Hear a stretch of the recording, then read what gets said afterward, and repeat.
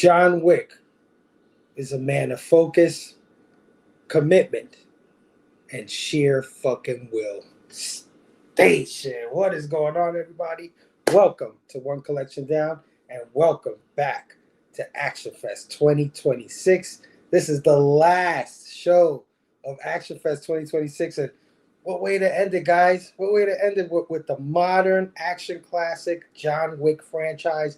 All four movies we'll be going over tonight, man. I can't wait to get into it. So let's get this party started. Let's get our crew, our panelists, some of the best from around the comic book community.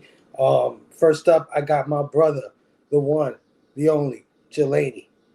Station, brother. What's going Man, on, it's brother? so good to see you, man.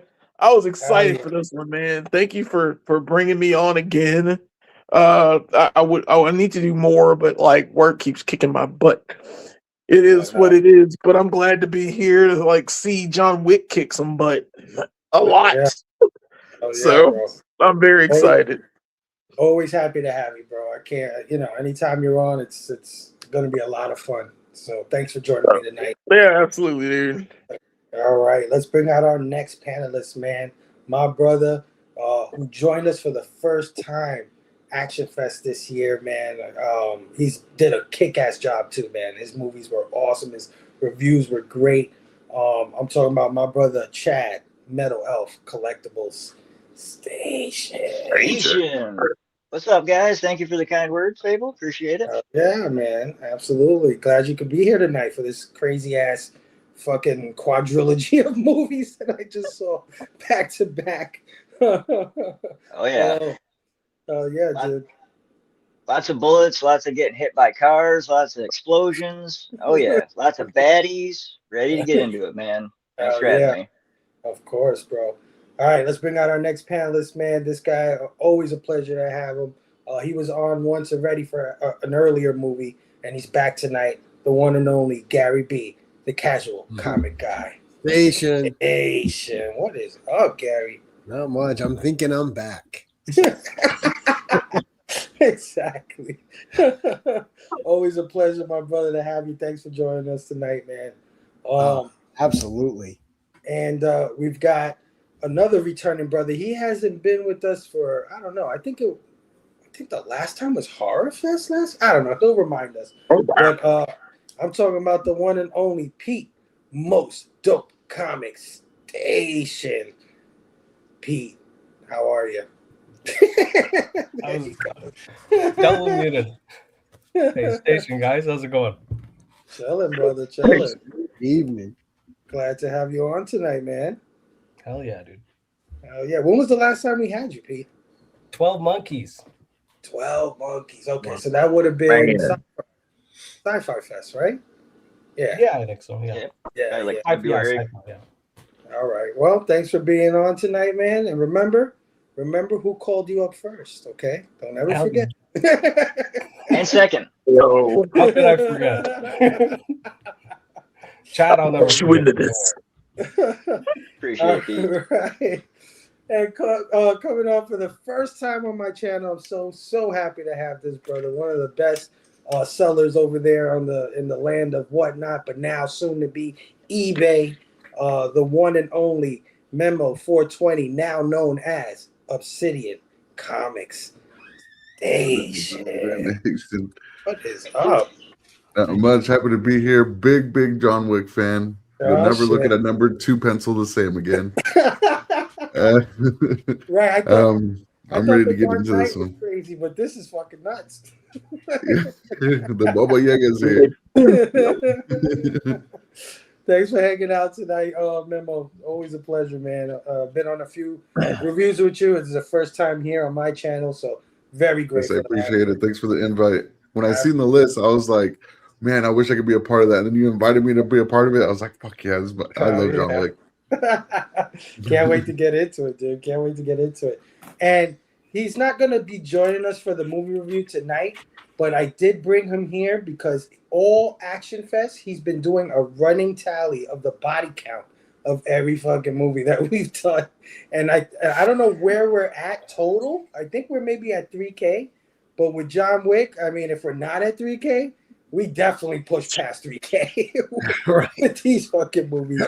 So let me bring out the one, the only, my other Action Fest brother, Matt, Heroes for Hire. Station. What's up? Hey, shit. Hey, remember, Yeah. I got my number 2 pencil here, so anybody messes with me, they're in trouble. All right, watch out. All right.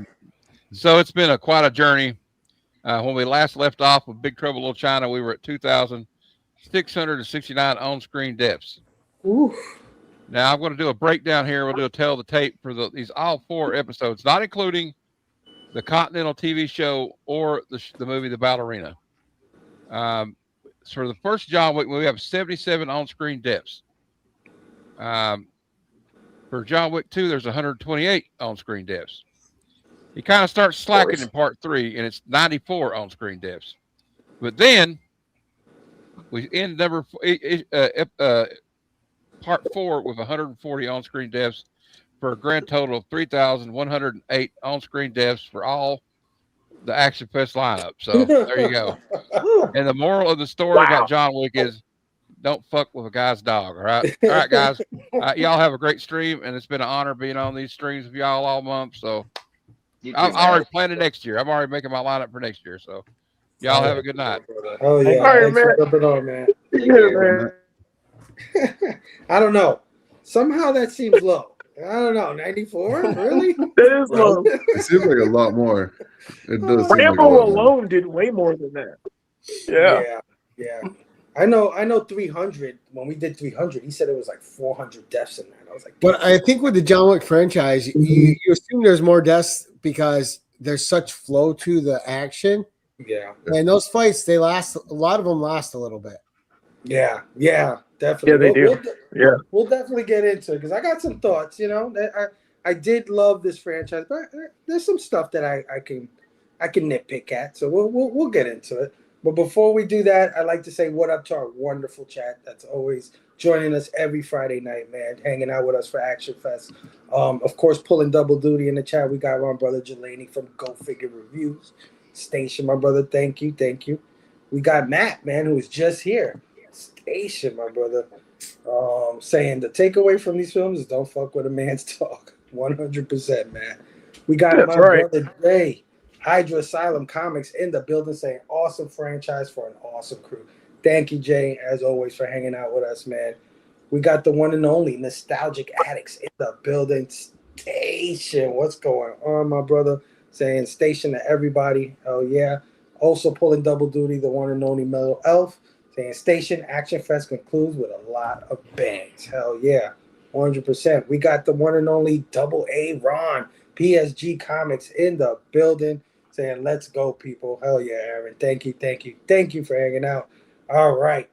John Wick franchise, guys. Let's break these mothers down one by one.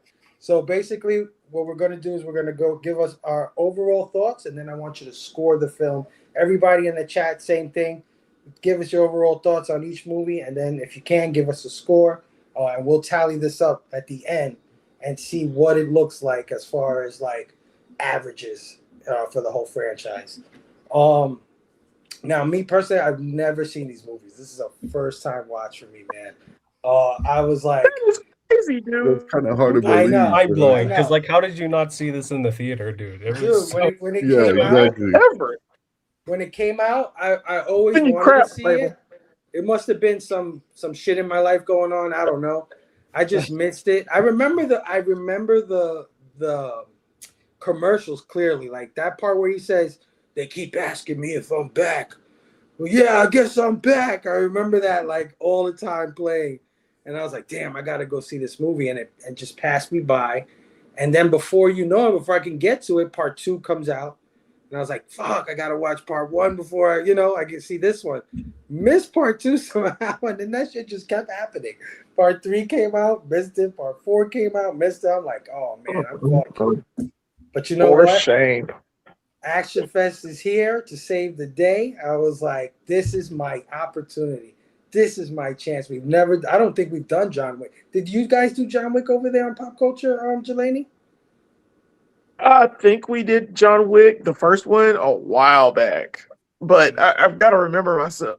Yeah, it's been a while. but we got to do it again for the new era. Yeah. It's always a. So yeah, we'll get back to this. We'll get back to it. We got the creator of Action Fest in the building saying, "Happy Action Fest, everyone! Thanks for making this the best Action Fest ever." And he says that he did do the trilogy when it was a trilogy. All right. All right. That was, yeah. Let's get into it, guys. John Wick, Chapter 1, directed by Chad Stahelski and written by Derek Kolstad. Now, Chad Stahelski and Derek Kolstad will go on to write and direct all 3 films, except Derek Kolstad did not write the 4th film. So he wrote the first 3, and then the 4th was written by other guys. But of course, based on the universe. Yeah. But Chad Stahelski, he directed all 4 films. And Chapter 1 was released to theaters October 24, 2014. It had a budget of $20 to $30 million and a box office of $86 million.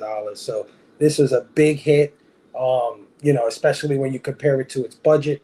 Of course, we got Keanu Reeves as John Wick. We've got Lance Reddick as the hotel manager. And we got, not the hotel manager, the concierge, my bad. And we got Ian McShane. Yeah, Ian McShane as the owner of the Continental. Now, all 3 of these actors will return for all 4 movies. They're the constant. But we had some cool little actors in here. First off, we had William Dafoe, who I was not expecting to be in this film. I was like, holy shit, William Dafoe's in this thing? Hell yeah, dude. John Leguizamo in this thing. I was like, hell yeah, I love John Leguizamo. We also have Alfie Allen, who plays Vigo's son, right? That sniping little fucking bastard that started all of this bullshit. He just had to have John Wick's car, right? He just had to have John Wick's car. The fuck? He started a whole mess. So many deaths, so many funerals because of this kid. So my overall thoughts so far, part 1. I got my notes here. I wrote down a couple of things. All right. So first thing I liked about this movie is that it starts out kind of grounded, kind of normal, right? So it's the story of a man who loses his wife. He's kind of depressed about it, right? And it's just like a normal movie until he pulls into that gas station, and then they do a home invasion, and then this movie turns into a fucking video game. I don't know who made this, but I know who made it, but they must have been inspired by video games, because that's all I thought while watching the action of this movie. It's like, this shit reminds me of some sort of action video game, some sort of Doom or fucking Drake, Uncharted, some crazy shit. This crazy choreography. I love how they make John Wick into a boogeyman, right? I love this thought that he is the one that everyone else is scared of. Like, you mention his name and people are like, oh shit, you fucked up. Like, you killed whose dog? You killed whose car? I now have the brown pants. I absolutely love that. Because he's so unsuspecting, he's so unseeming, right? Doesn't seem like the devil, and he kind of is the fucking devil. Like, he's death, right? He comes for you, and you're done. Of course, some great choreography in this movie. Like, fantastic fighting, fantastic gun fu, shoot 'em ups, car chases, all that shit. This shit has everything.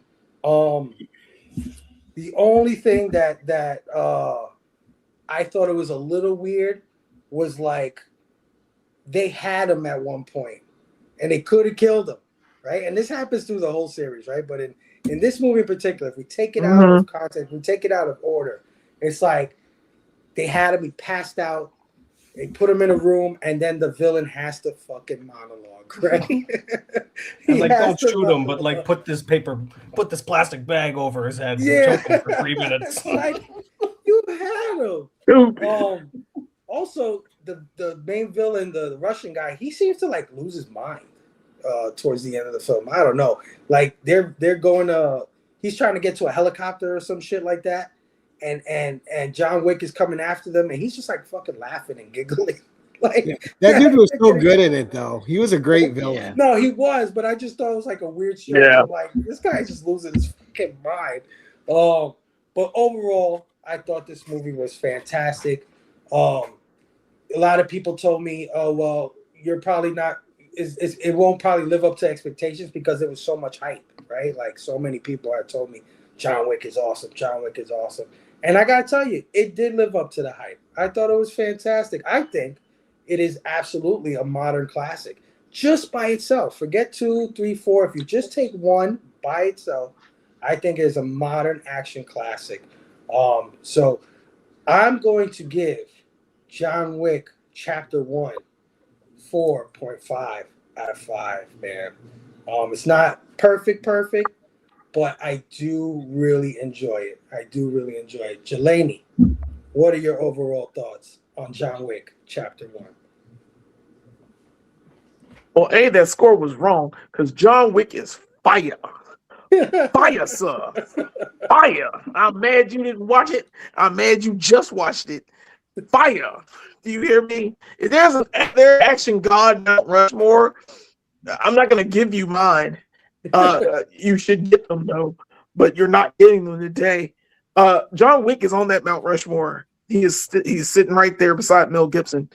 They're like neck and neck because John Wick is like, he's a god. He's the god of death.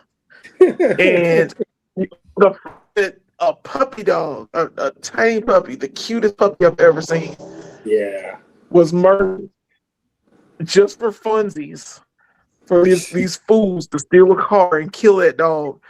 For this all to start, it's so precious. It's the tiniest thing, but it makes so much sense because it's a story at first.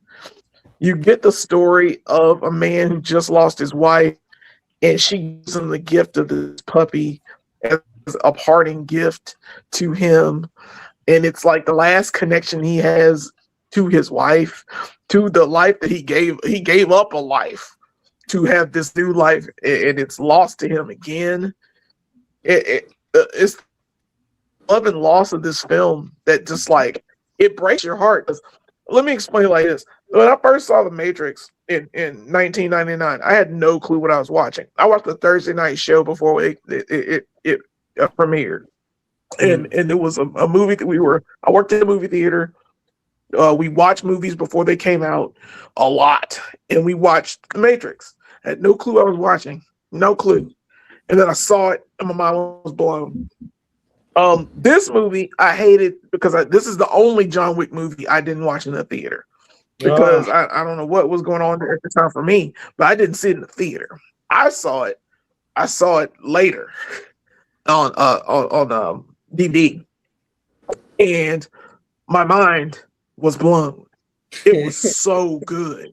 It's too much action in one film to satisfy me. And like, this man went on a one-man rampage and tore through an entire like Russian mob just because a puppy died and a car was stolen. And it's and the boss of this movie, all you had to do, bro, is let it go. Be like, I understand. Oh. I'm sorry. Here's my shitty son. Kill him. He needs to go anyway. I can make more. Like, life goes on. Saul Yeager. I'll fix your car. I'll bring your car back. I'll do whatever we need to do. Are we cool? That's what I would have done. But no, you had to like up the ante and get Willem Dafoe involved and all these other people. Willem Dafoe's his friend, and what are you doing? What are you doing? So it's such a great film to me. I'm sorry. Your score is wrong, Fable. Don't feel bad. It is a 5. This movie is a solid 5. There's no going around it.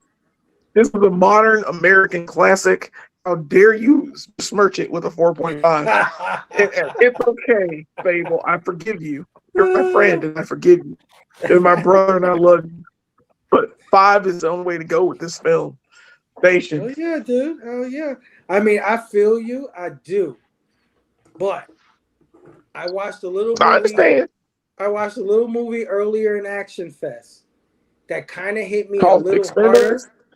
No, definitely not that fucking movie. But I saw Nobody, There too. and I think Nobody is a little deeper. I think nobody's better than John Wick. Nobody Nobody- does. You know, I John, disagree you know, with you. nobody is really good, dude. is a Nobody's parody really good. of John Wick, right? No, I would well, I say, mean, yeah, it that has the doesn't same He's exist a sort of parody of John John action. Wick. It has the same sort It's of the action. same thing.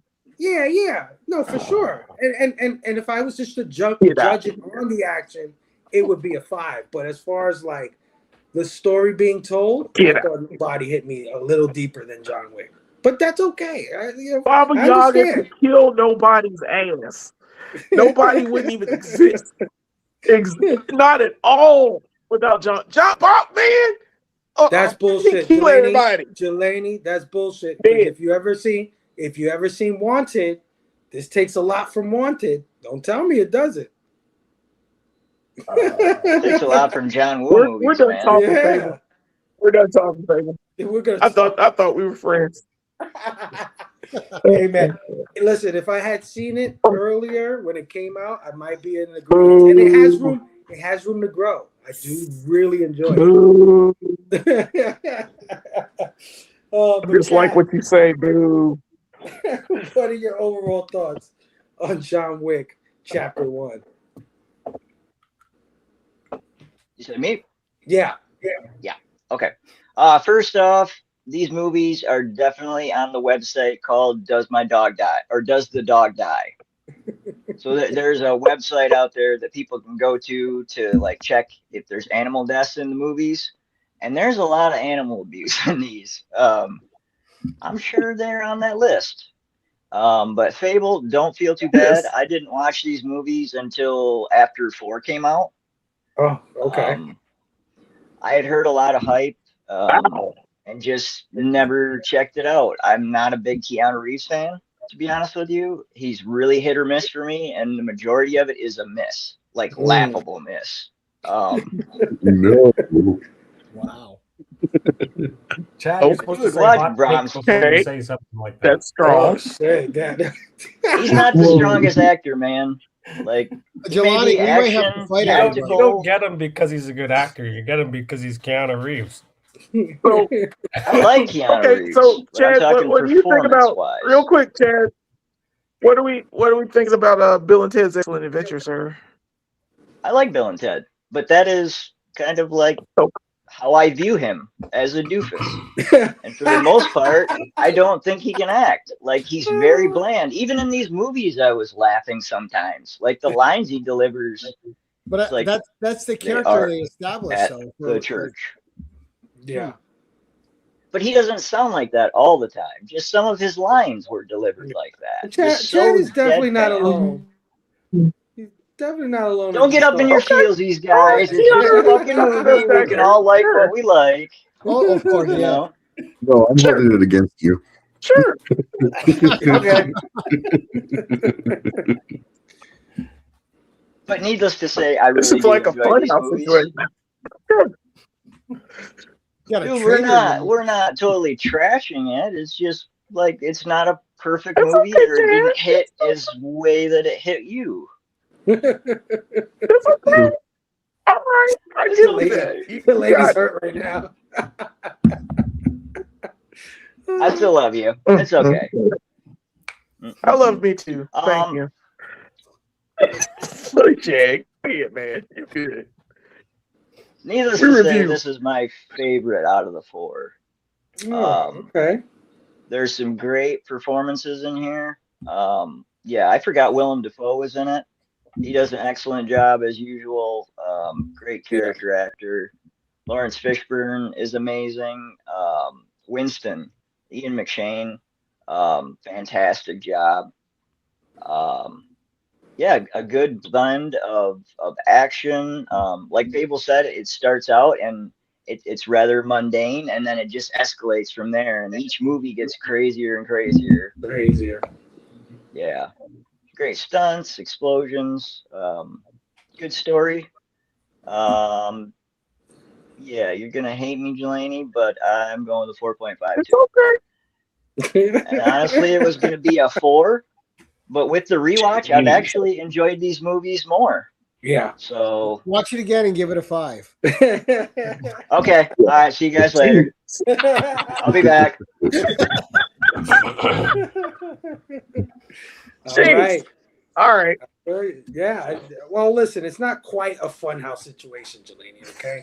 It's okay. I'm still crying in my eyes. It's in my eyes. The whole funhouse situation. Okay. Gary. What are your I'm overall playing. thoughts? First of all right, I'm going to put on my Jelani is right T-shirt because this is a 5 out of 5. I'm starting with the grade right away. Oh, and now I'm going to tell you why. Yeah. But Well first, done. I have to correct an egregious error that you made at the beginning of the show, Fable. Tell me.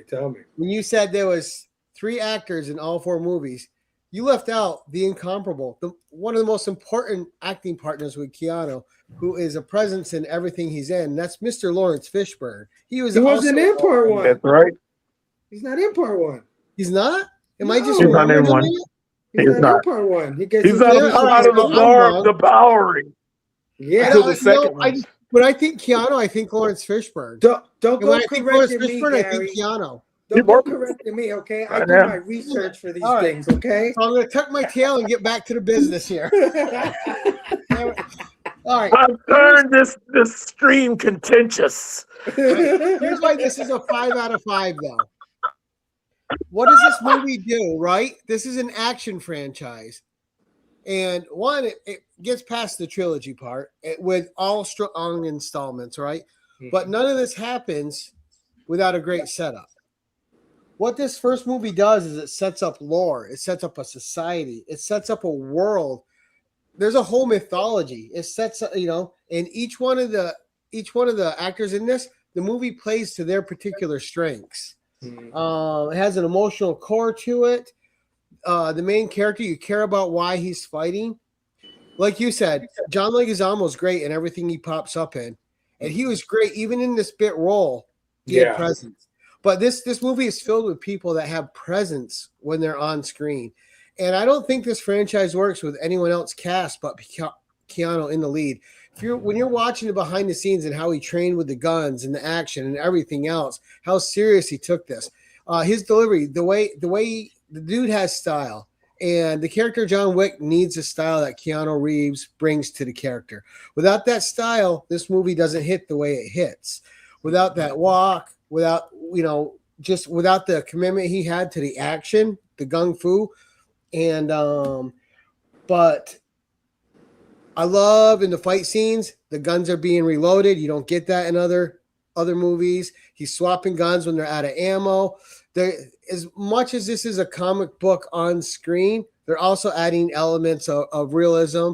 I like that in this one movie, they just literally build a whole universe in one film that they're able to expand on, not only with just John Wick, but with Ballerina, with the Continental, with the other one that's being made right now for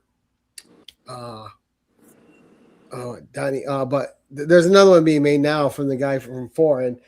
But this does what so many action movies don't do. Like, you don't just think John Wick, great action movie. You think John Wick, you think the Continental, you think the universe, you think all the assassins, you think of Winston, and it's just great. Cars. And and then as soon as you see Alfie Allen, he's got such a little fucking rat face on him. Oh my god! That you're gonna hate him throughout the whole movie. And the poor guy, he's probably the nicest person in the whole world in real life. But when you see up in a movie like that, that fucking gotta die. Yeah. Like, fuck that kid. He had to go. He killed the dog to go. Yeah. Because he's so good at playing a sleazeball. You know what he's just great at it. Keon Greyjoy. Yes. Right. But this is a yeah, he got his dick cut off and I didn't care. Yeah, go, man. You had to go. But it was Your dick had to go. Right. But it was definitely a 5 out of 5 for me because what other action movie can you name besides probably The Matrix, also a Keanu movie, right?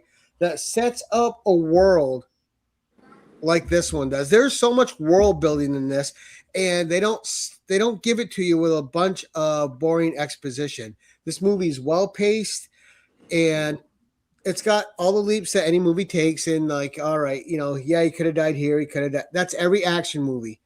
But what they set up in this movie is he doesn't just survive by luck. He's got friends looking out for him as well. Okay. So there's a reason that he's lucky. He's well respected in this world they created. Everything about this comes through subtly through the action, through the story, through the performances. And this is why John Wick 1 is a 5 out of 5. Oh yeah, dude. I feel you. I feel you, Gary. It's a banger! Now I'm gonna go fight you and Chad in the back for a minute. Let's go, Gary. Yeah, I got my gold coin. Don't fuck with me. Ain't nobody fuck. I'm gonna call in my mark. Yeah, I'll call my marker in. Don't fuck with me, man. Jeez. Pete, overall thoughts and score on John Wick Chapter 1. Yeah, for sure. Gary pretty much said it all, but there's it's like it was basically the revitalization of like action cinema. Before this, you really didn't have a big focus on gunplay and like the action that was going on. It was really shaky cam, and like the main thing that I can really think to compare it to is like the Bourne movies, like the Bourne Legacy, the Bourne Ultimatum, all those movies. Love those movies, but the action is notoriously just moving all over the place, and you shaky cam, you can't tell. It's all handheld, and they deliberately took a different approach to this movie, constructing shots in which it's framed in a way that you can take a single frame and look at it again, and then take individual elements of it and deconstruct it. And it's like even in the lighting, like in every single shot, the lighting is in such a way that you didn't see this in action movies before that. And that's why this was really a movie of its time when it came out in theaters. I think that's why it really made a bang, because people saw it and it was really something different that they weren't expecting. But yeah, and Keanu Reeves is just in the role. Like he did 90 to 95% of the stunt work in this movie himself. Like that's nuts. No actor really does that ever. He did, right. I think it was 8 months of training, or no, it was 3 to 4 months of training, 8 hours a day, 5 days a week. He did martial arts training, gunplay tactical training, stunt driving, all that. Like all that was him. It was fucking nuts. So yeah, 5 out of 5. This movie is great. 5. It's fantastic. Like the nightclub scene, right? The song by Khalida, so great. That was in my sound and score, man. I forgot that was my favorite part. That fucking drop right there is so good. And he stabs that guy in the neck, and he looks at him all the way down. Oh, that club scene is just amazing. Dude, and don't forget, we have to give Eva Longoria credit because this movie doesn't happen if she doesn't front $6 million and believe in them. Yep, that's true. Yep. Yeah. Yeah, definitely. I didn't realize she produced it. Yeah, this definitely has some wild ass choreography. 100%. I mean, the way he gives. That's why I was like, it's a fucking video game because everything's a headshot. It was like headshot, headshot. Oh, knock him down. Headshot. And it's funny that you say that, Fable, because like they're trying to make a video game of this, but like test players are just like it doesn't feel like the movie because the movie's just so good. It's so punchy. It's so nice. I felt like there should be like points or like a coin sound like bling. Yeah, a little. Yes. Plus 25 XP. Oh man! Yes. Right, 5. I feel you. I hear you, man. I hear you. 4.5 is solid, guys. Okay, it's solid. But let's go to my brother Memo. Memo's a big fan. Memo, what did you think? Overall thoughts and score for John Wick Chapter 1. Straight up, I'm gonna give it a 5 out of 5 on the first one. Hello, what happened? Uh-oh. Whatever. Maybe it's me. You're good. I can hear you. Okay. Yeah, we can hear you. Memo, I can't hear you. Can't hear me? We can hear him. Can you hear us? Yeah, we can hear him. You might have to okay, so if you can hear him, then it's me. Let me go back in. Go ahead, Memo. Let them know what you think. All right, so I think it was to start off the 4-movie series. It was a banger. I mean, the point of how it's not just, oh, you killed my dog and stole my car. It's the sentimental attachment to that. Yes. You know what I mean? Mm-hmm. It's the attachment to where his wife left him the dog so he can have a companion while she's not there no more. And that car was a gift for his birthday from her. Yep. So all attached to his wife. I mean, if I was an assassin and someone did that shit to me, I'm going for revenge. You know what I mean? Just the way they did all the choreography on how they shot the scenes where he's coming around the corner and the camera's coming with him, like at gunpoint and stuff like that. I think that overall was just badass. And then knowing just this, for it being the first movie, like it opened up so much more. Like everybody says, like Gary and Pete said, like it opened up so much more to these future movies, to where it left me wanting more. And like I was like, man, that was it. There's not going to be a number 2. But then there was 2, 3, and 4. But I really liked the fight scenes. The fight scenes were awesome. The choreography was good. Like he really did good on training on doing all that with the guns, the gun training he had, and knowing how many bullets he has in his clip, taking them, you know what I mean? And he's actually confirming his kill, because that's what you're supposed to do in real life. You know what I mean? Yep. And Double, like situations like that. Yeah. Double tap to the head. Here, all right, he's done. Move on to the next, you know? And it was just a very good tactical, like kind of like realism movie. So I really liked it. I mean, I'm a big John Wick fan, so I'm gonna give it a 5 out of 5 on the first one. All right, 5 out of 5. We fucked Good it up, job. Chad. We fucked this shit up. Banger! I'll get real, man. Banger!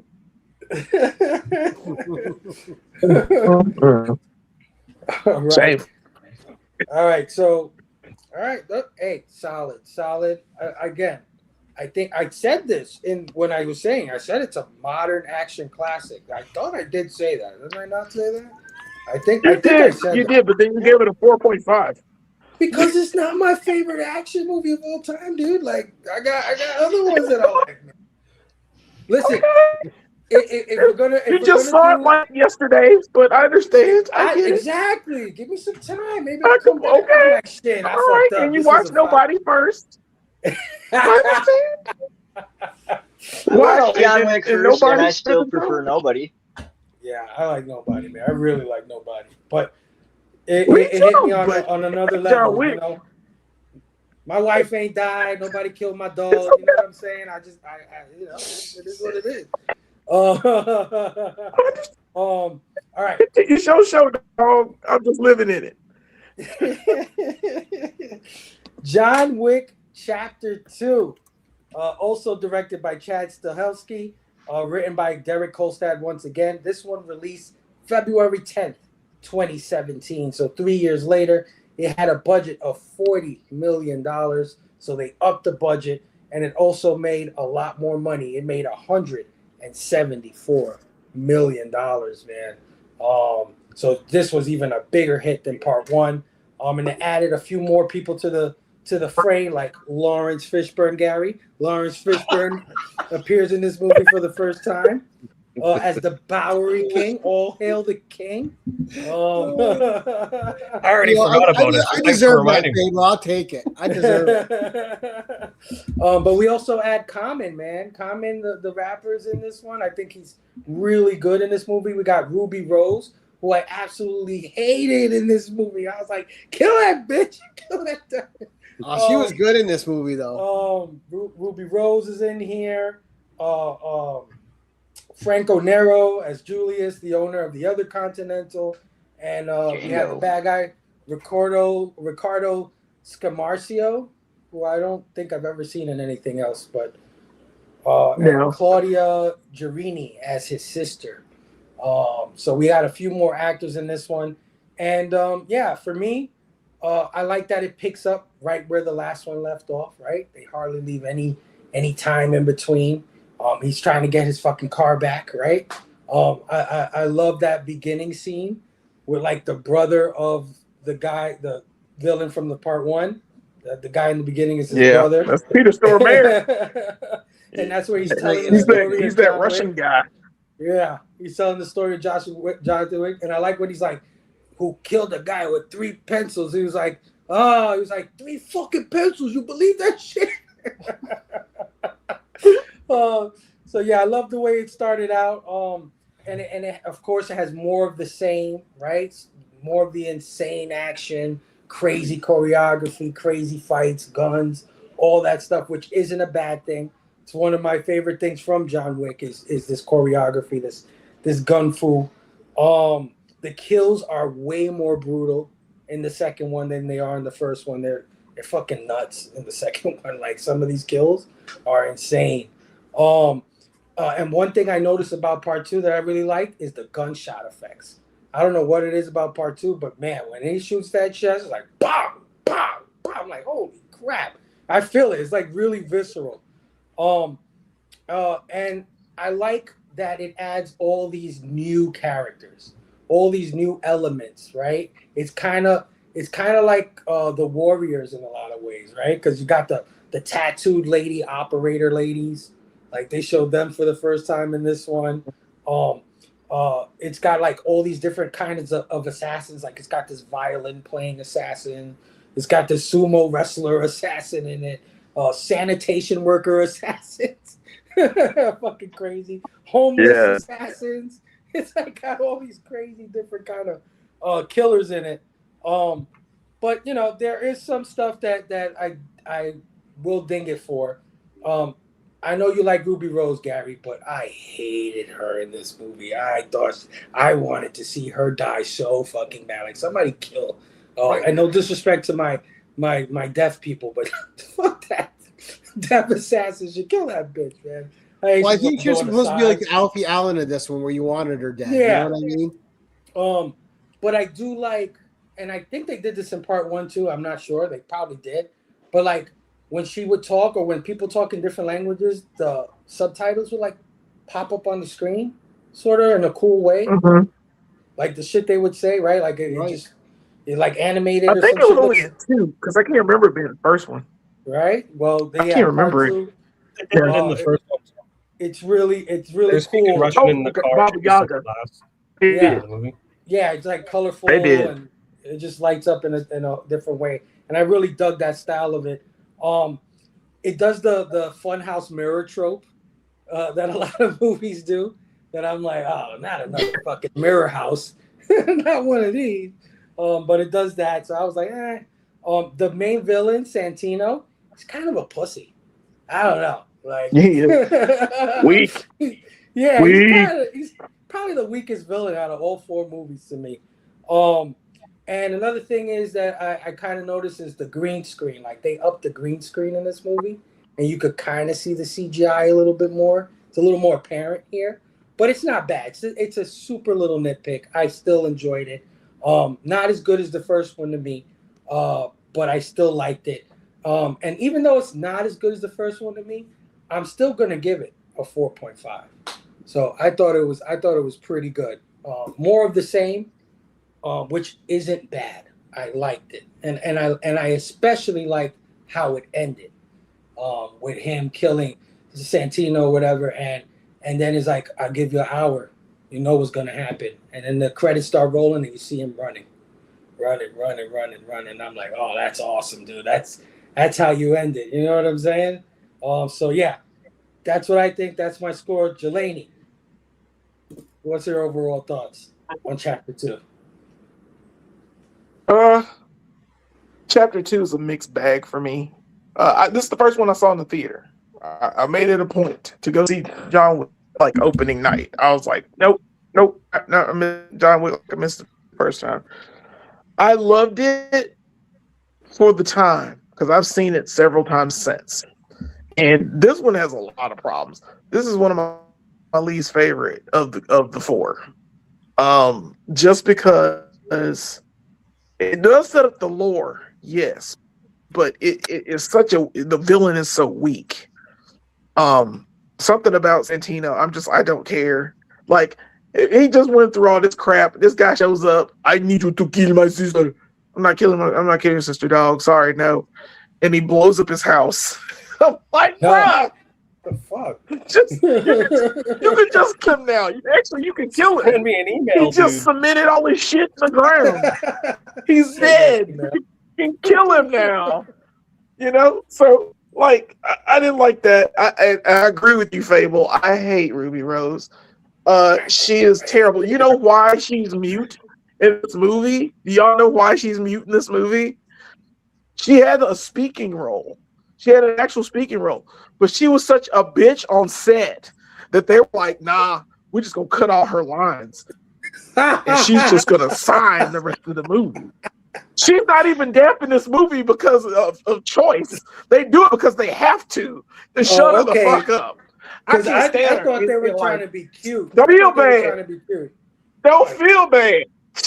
She's an awful person. I think personally she's an awful person. Orange is the New Black is when I saw her and I was like, she was Bucky naked, and I was like, you all right. I get you. Maybe. And then I saw it again and I was like, oh, you're ugly. Get away from me. She has an Archer tattoo. Oh, I love Archer. You ruined it by putting a tattoo of him on your body. Oh, she's awful. She's an awful human. I can't stand her. She did Batwoman. That was shit. Sorry. Not all those aside, all those things aside, it's a weak. She dies great because her fight scenes are so weak. Like Keanu Reeves didn't want to fight with her long enough. Like there was supposed to be an interaction with her at the Continental, but they just had to do the shit. It's not sign language, so don't get mad at me, sign people. She wasn't doing sign language. I don't know what the fuck she was doing, but it's so bad. Like, and I love how the lore continues when of course Santino is killed in them.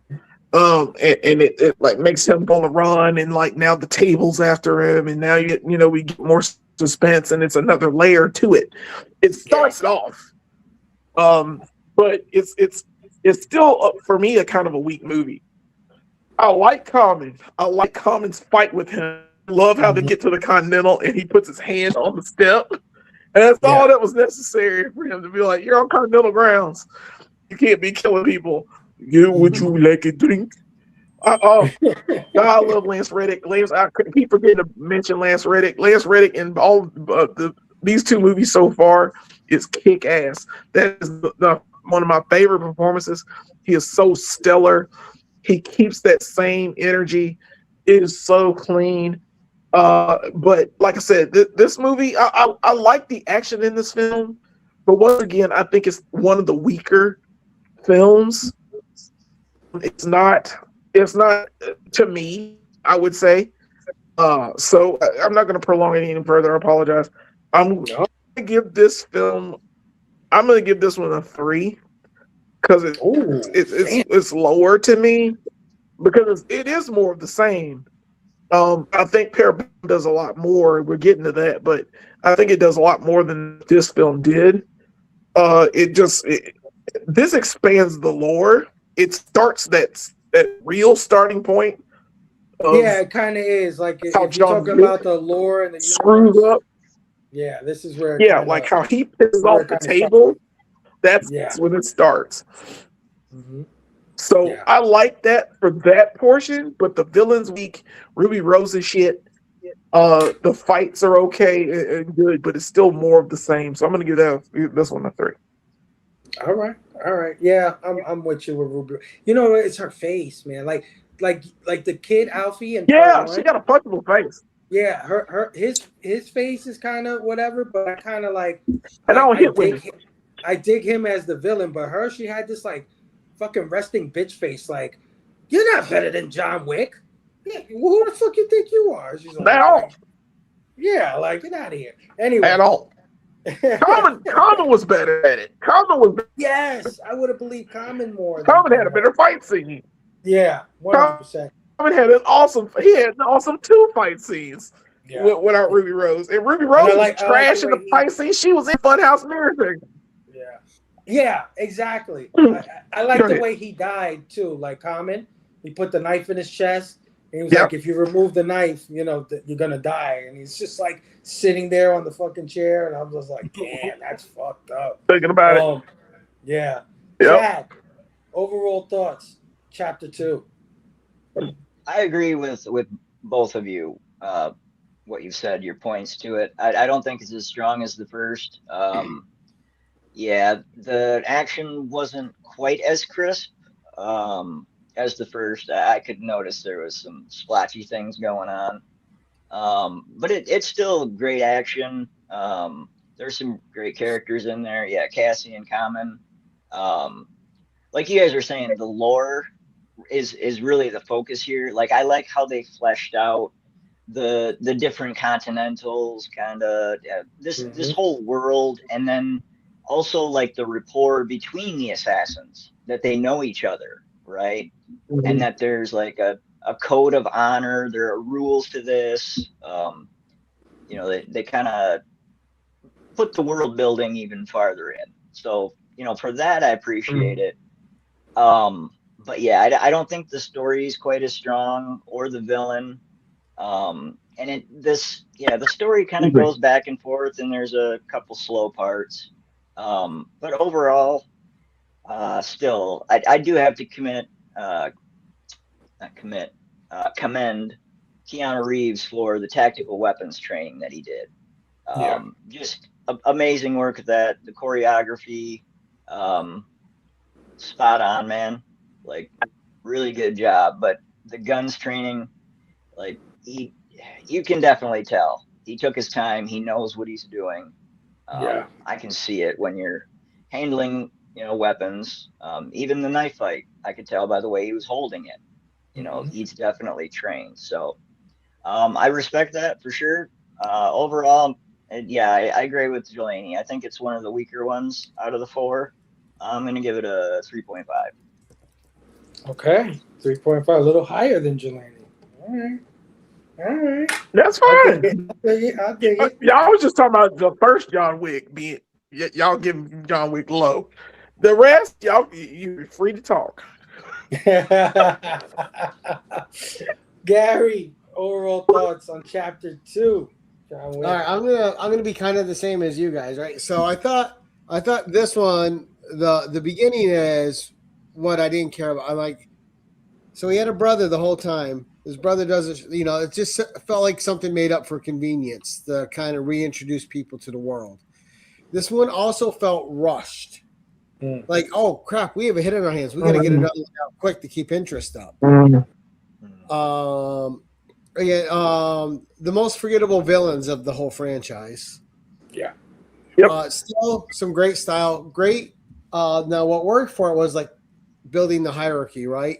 Building the different levels in the Continental and the Assassin's Guild and everything else. Getting a little bit more flavor of, you know, oh, there's markers in this world. This is what this means. This is what this means. You're getting more of that world building, which saves this movie. All the lore they put in it saves it. You know, we got to mention, like, he always has to see a tailor who always gets him this kick-ass suit that's always built out to protect them and is fantastic, right? But it did feel a bit rushed to me. This did have pacing issues. Another highlight for me, though, was the tunnel fight scene. The tunnel scene was great when they're in those arches. Yeah. Just so well done. And the shotgun. A little bit more with the cars. But I think you know, in 3 they up it a step, and we'll get there. But that's a true video game one right there. It is. But overall, Keanu did his job. I don't think all the other actors that they cast had the same presence as the actors in the first one. So there was a lack of presence for me. Again, I would still put this in and watch it over a lot of other films any day of the week. So I'll give this one a 3.5 as well. All right. You know, every time Keanu Reeves fucking did a fireman carry or a fucking arm drag or something like that, I was like, this guy is almost 60 years old. This is fucking crazy. Right. Yeah. And getting it. Yeah. He did do a bunch of fireman carries. Did you guys ever watch that documentary about all of it? No. Oh, okay. No, I'll I've get got to it. I'm gonna watch it soon. Yeah, I got it. All Oh right, yeah, it's called what? 3.5. Wick is Pain, I think. Yes. Yeah. Yeah. All right, 3.5 from Gary. Pete, what are you giving chapter 2? Yeah, it was more the same, but I mean, I came to watch a John Wick movie. I knew what I was gonna get, so I wasn't too disappointed. But yeah, is the like you guys said, the villain was pretty weak. Like his retaliatory things, you know, blow up your house with this grenade launcher because you said no. Like I said, like you could have sent him an email, probably had another talk. I know everybody's Better so solution. dramatic in this fucking. Yeah, like it's a movie. Like, what the hell are they doing? And it's Blow up his house. He just withdrawed a crowd. Yeah. yeah, and this is the movie where they really start to dive into the mythology and the lore of it all. And it's nice, but it almost feels like they shove it down your throat. Like you said, Gary, it's really rushed, and it feels like some of this could have been introduced in the first one, but they didn't know that they were going to have a hit on their hands right off the bat. So Right. I do appreciate them for the fact that they did include all of this lore so that they could expand on it later, but it did feel a little bit rushed. But yeah, I really like the way that these movies bend, like, or they blend together, like biblical text as well as classical text. Like you can definitely tell that there's the influence of like the biblical aspects being in the way that they shoot some of their scenes and light them, as well as the classical texts, like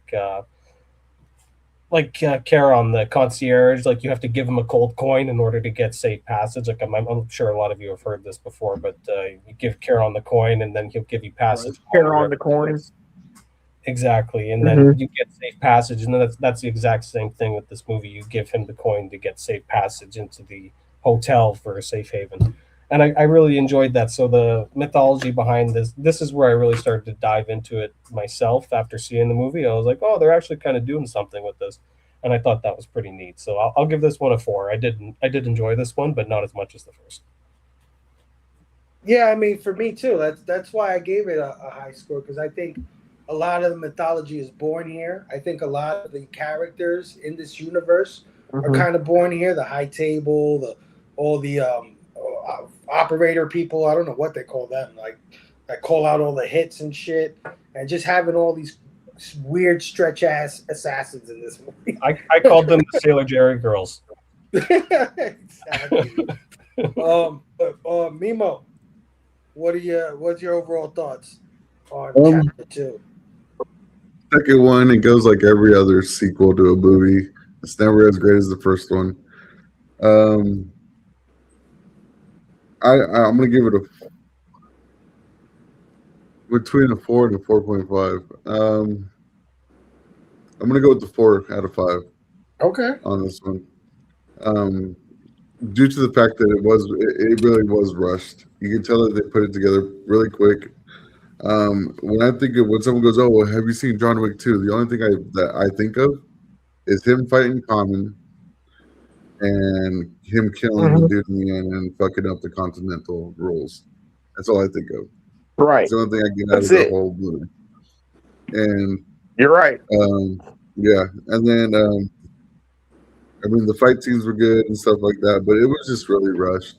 I mean, they could have took a little bit of time to like explain a little bit more things about how like the passageway of like the golden coin and more of like I don't know. It's that part where that got me really interested of like what's behind all this gold was when he's sitting out on the patio and that guy's like checking out a new coin. So they have their own gold coin maker. So I'm like, oh shit. So like this is like going back to like I don't even know how far back. So it's Assassin's Creed shit. Yeah, exactly. That's where they're at. So that's where I'm at with that movie. So I give it a 4. Yeah, 4. 4? Okay. Yeah. I gave it the highest score. Jelani, come on, man. Give me a break, okay? You just shat all over John Wick. That's all I'm saying. The first movie is a banger. All right. Anything less than a 5 would be uncivilized. All right, chapter 3, fellas, man. Parabellum.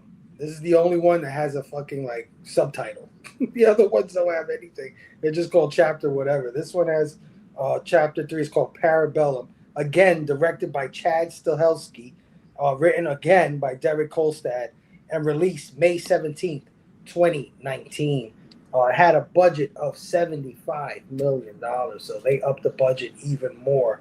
But this one was a major hit. $328 million at the box office. And again, we continue adding these actors that you may not expect in these movies, but you got Halle Berry comes into this movie, which I was like, oh shit, Halle Berry's in this thing? Holy crap. Halle Berry. She can get it, right? And the one that the weirdest Oh, yes, all day. Yes. Angelica Houston. I was like, Angelica Houston's in this movie. Yeah. What the fuck is going on here? But yeah, you also got Mark Dacascos, who you may know from, I think, Only the Strong is the movies he's been in. He's like this real famous B-movie martial arts actor. He plays a character in this one called Zero. Yeah, he was the Crow in the TV series too. Yes. That was good. Underrated. And then you have Asia Kate Dillon as the adjudicator. And here's another character that I'm just like, God damn it, I want to kill this bitch. I want this bitch to die.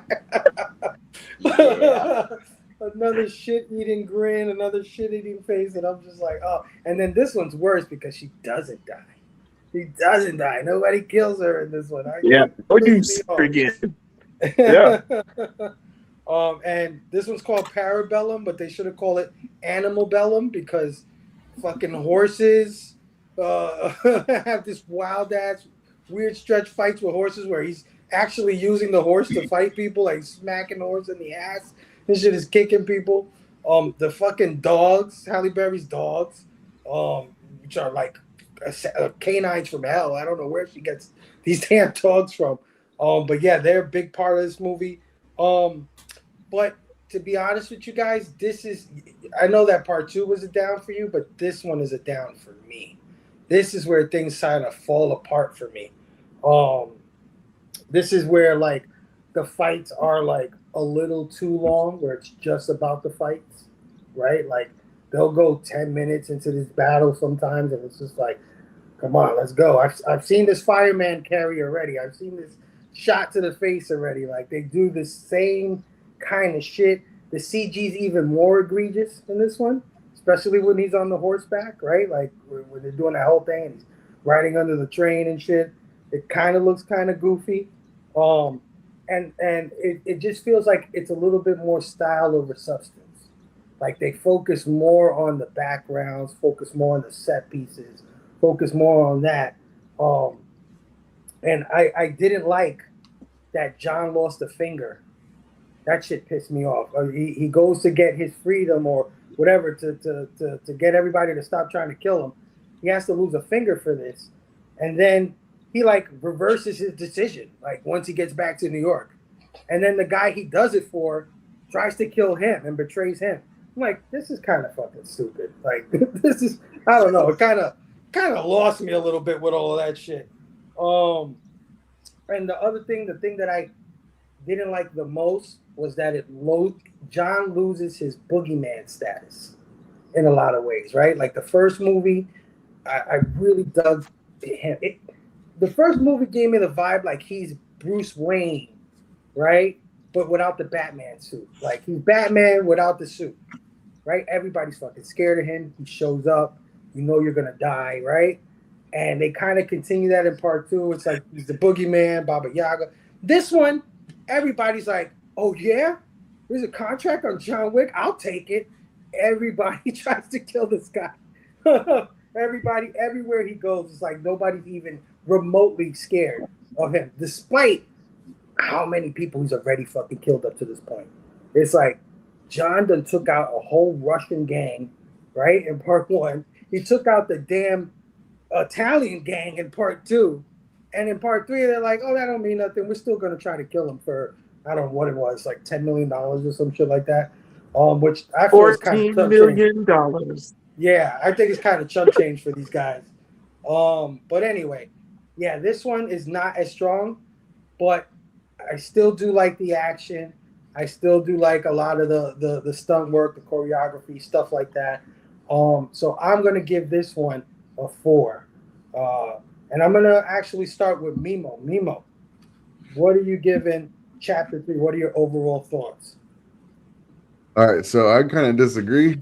I think this was the best one out of the. So number 1 was the best, but number 3 and was a really, really good choreography. Was, I mean, you say the fights are long, but I kind of like that because, like, in real life, a fight doesn't last fucking like 2 seconds. You know what I mean?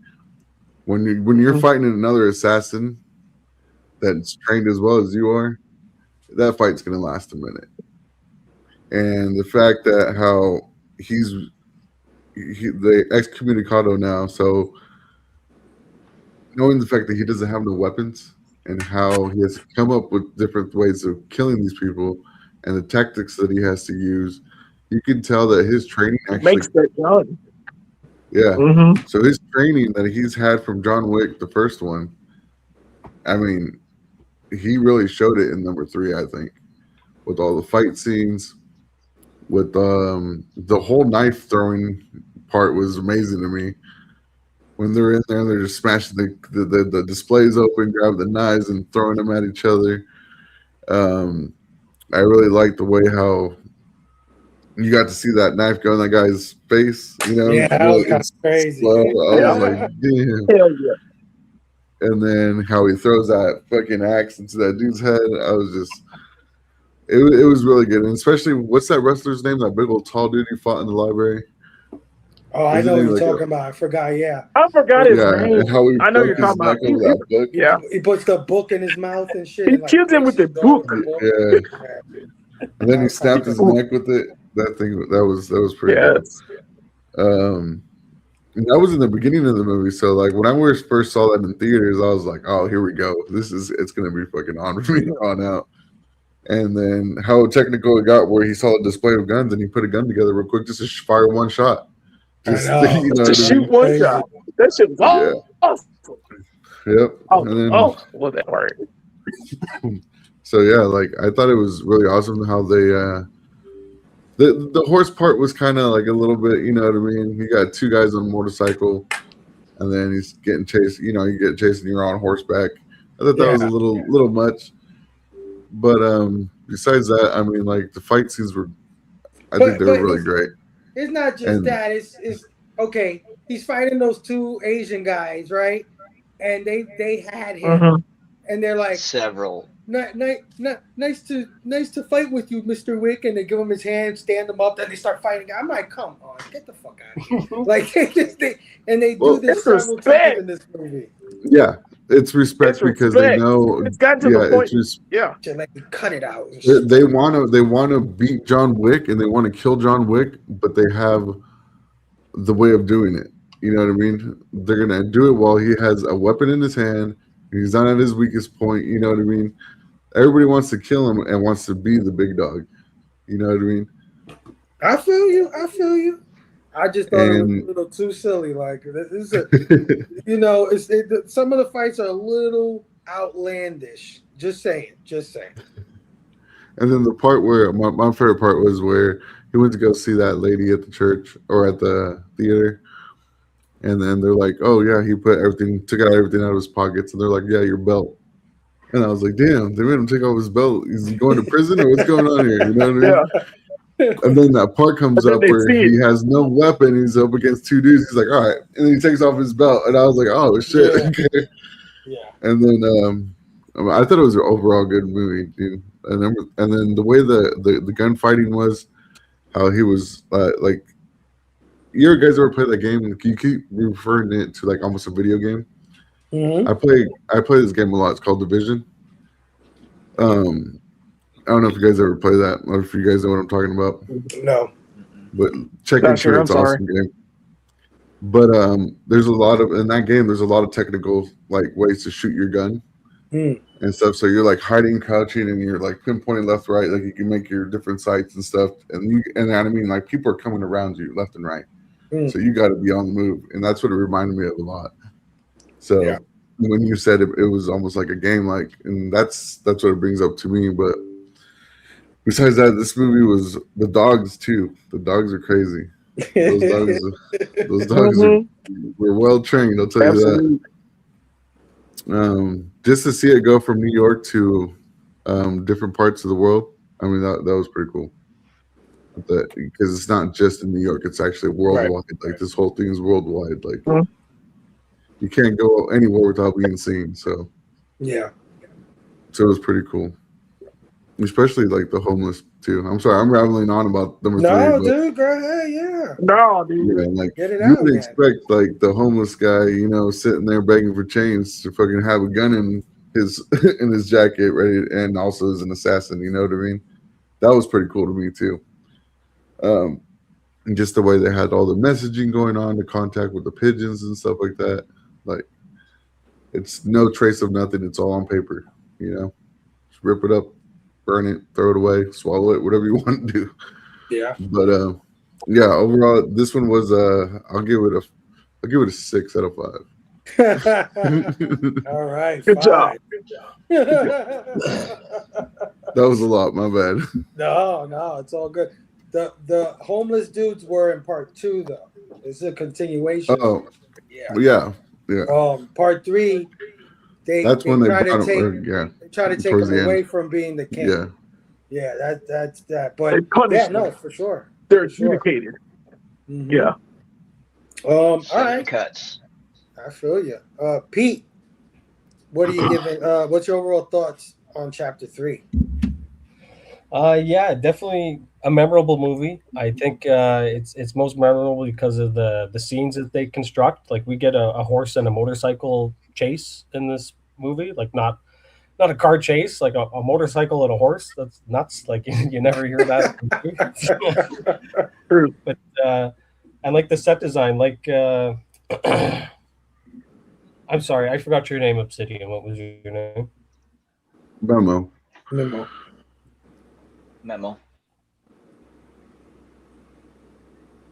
Oh, hello. When we lose, we still got you. It's Memo. Am I back? Yeah. We can hear you. Memo. Yeah. We can hear you. Yeah, you mentioned the knife fight and the way that like the scenes are longer because it's two assassins like going against each other. Like bang on. Like that's exactly what I think they were going for with this movie, and they just like they wanted to up the ante from the last one and just keep ramping it up each movie. And then this one, I feel like it was just kind of ramped up to the right point, and then they just kind of went over the hill a little bit. And like there were points that I really, really loved, and then there were points like Fable said when they kicked him down, and they had him, and they were like, "Come on, buddy, get back up! Time to kick our ass!" And it's like. Like that's not really how the fight would have went, but I totally it kind of takes the stakes away from me. Like it takes the stakes away from the fights, and it's like a little cartoon moment, and it's like it makes you go like, huh, like what the heck? But yeah, there's definitely lots of really memorable moments, like the kill with the book. That was so crazy. I remember that being like one of the first kills that you see. He's like, it's not even time. He's like, nobody will know. Yeah, exactly. Right. But I did not like the adjudicator, whoever was the actress for her. I fucking That's hate her. Asia Kate Dillon. Oh, I hate her she prefers her pronouns as they, them. Or so I shouldn't say she. But they were in a show called Billions. Understood. I'm just letting you know. You're good. Continue with your life.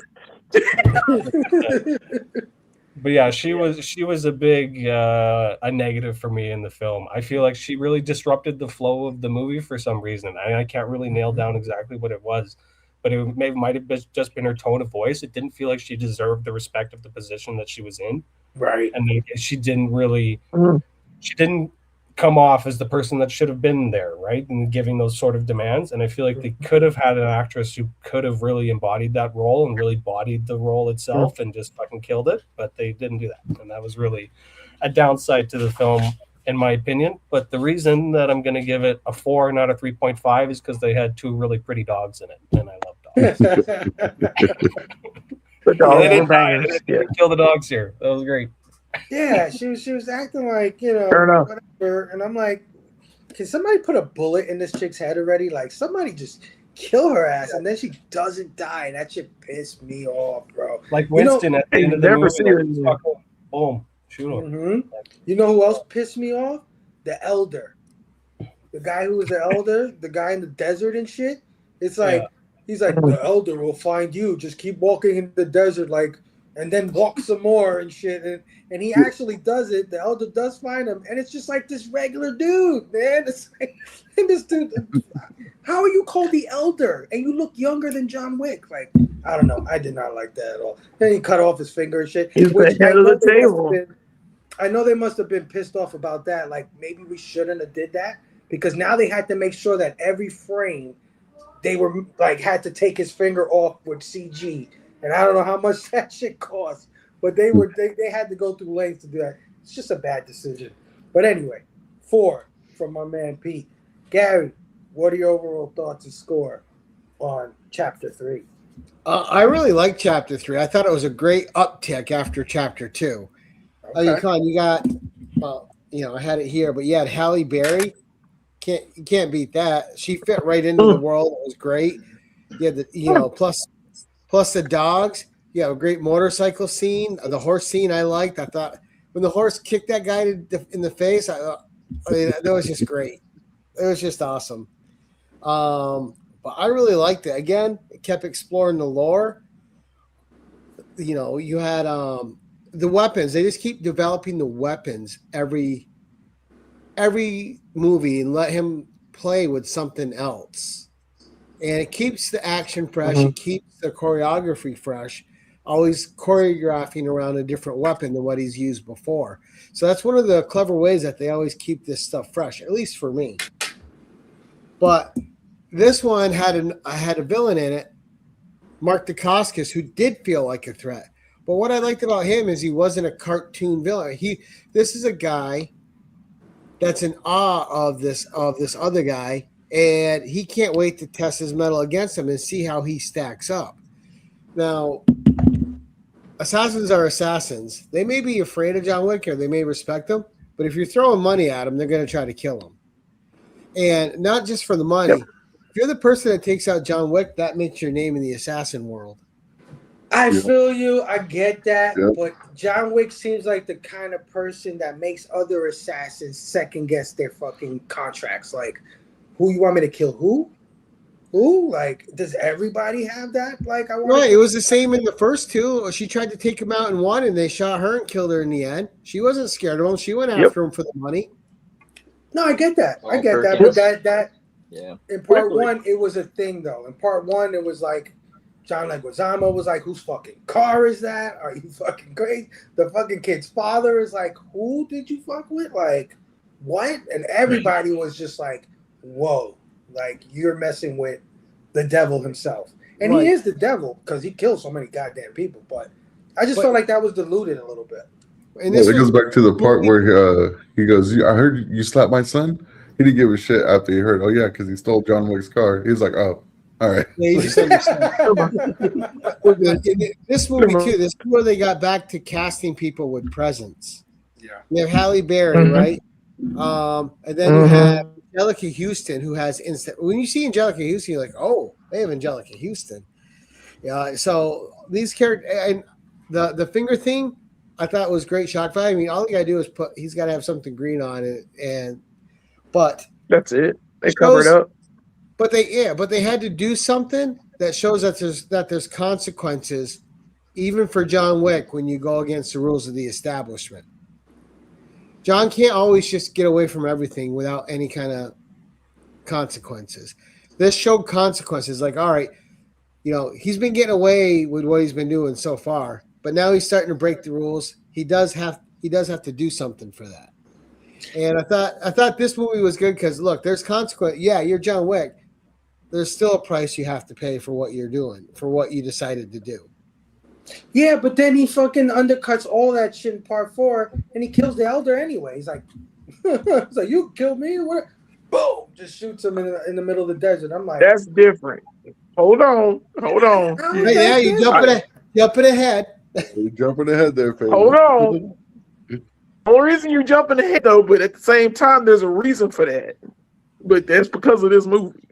Right. But See, I will I know you didn't see them. I know you didn't watch these movies, Fable. now. I sure did watch these movies.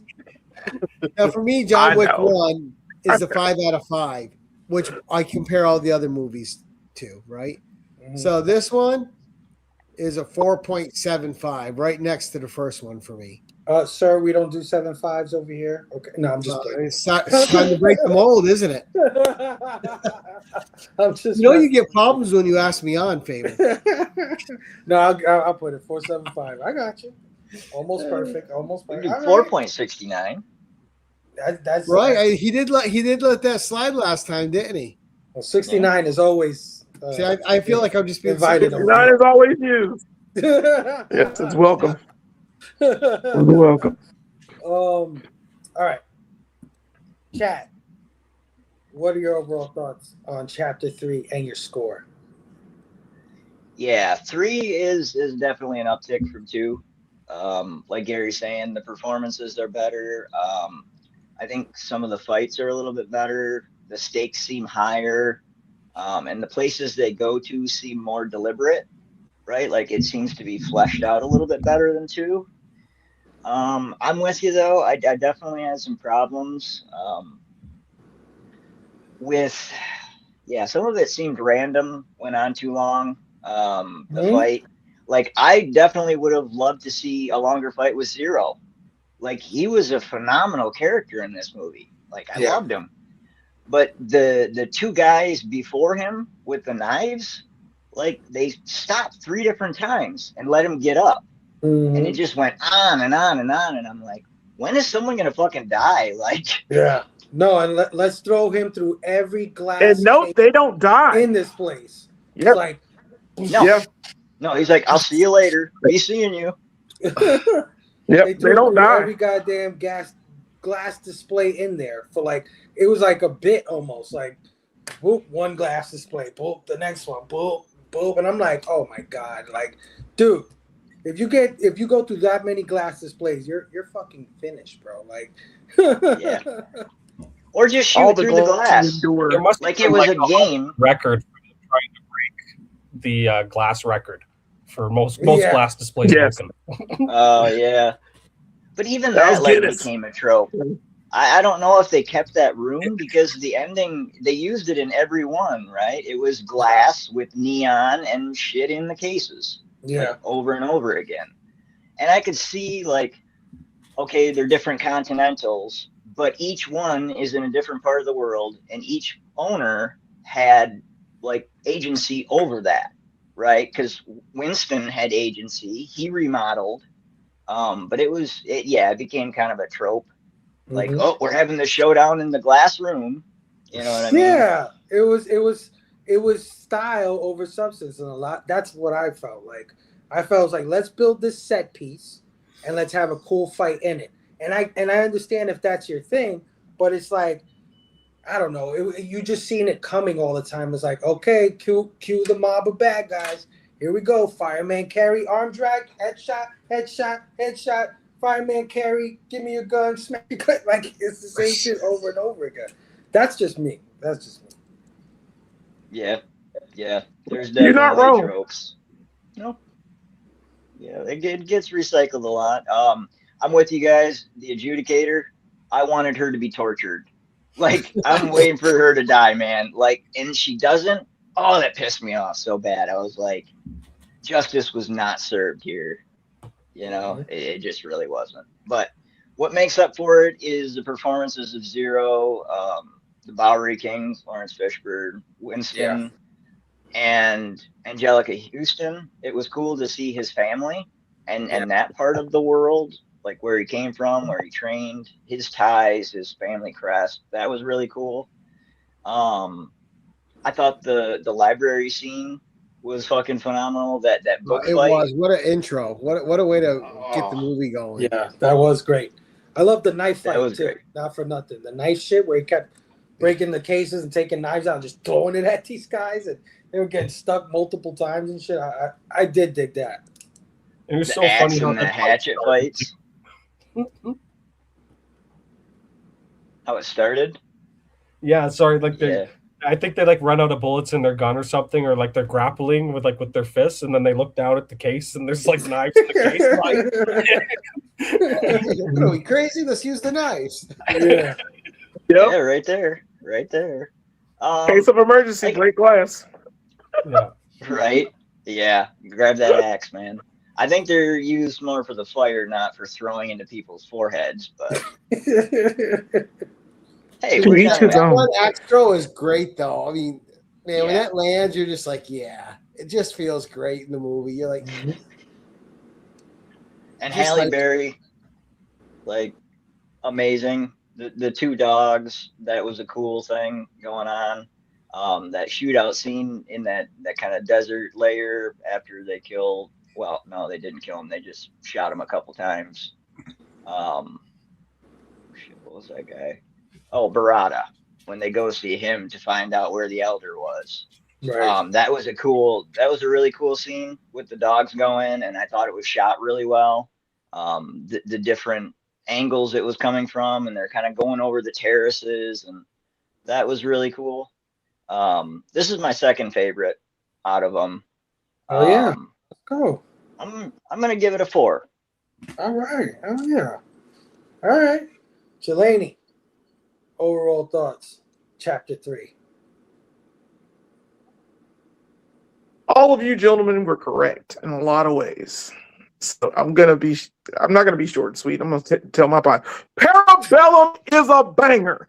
Parabellum is a banger. What the hell is wrong with you?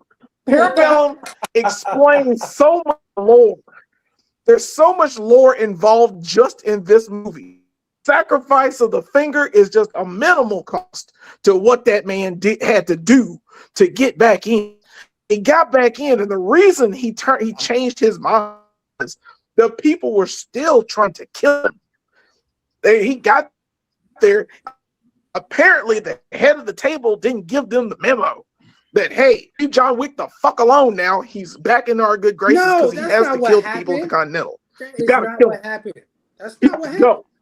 He went to said go kill kill Winston. Winston? He said, Yeah. and I We're just trying said to kill him. that's what I'm saying. All He right. went to go kill Winston, and then he was like, nah, I'm not gonna do that. You're my friend. You helped me through this. I'm And then I'm Winston with said, you. fuck you, you're not my friend. That's why I was like, what the fuck Hold is this? on. Hold on. There's a reason for that shit. And as we get to chapter 4, I will explain it because you have All to right. you have to see the lore. He did betray him. Winston did betray him, but he betrayed him to save his life.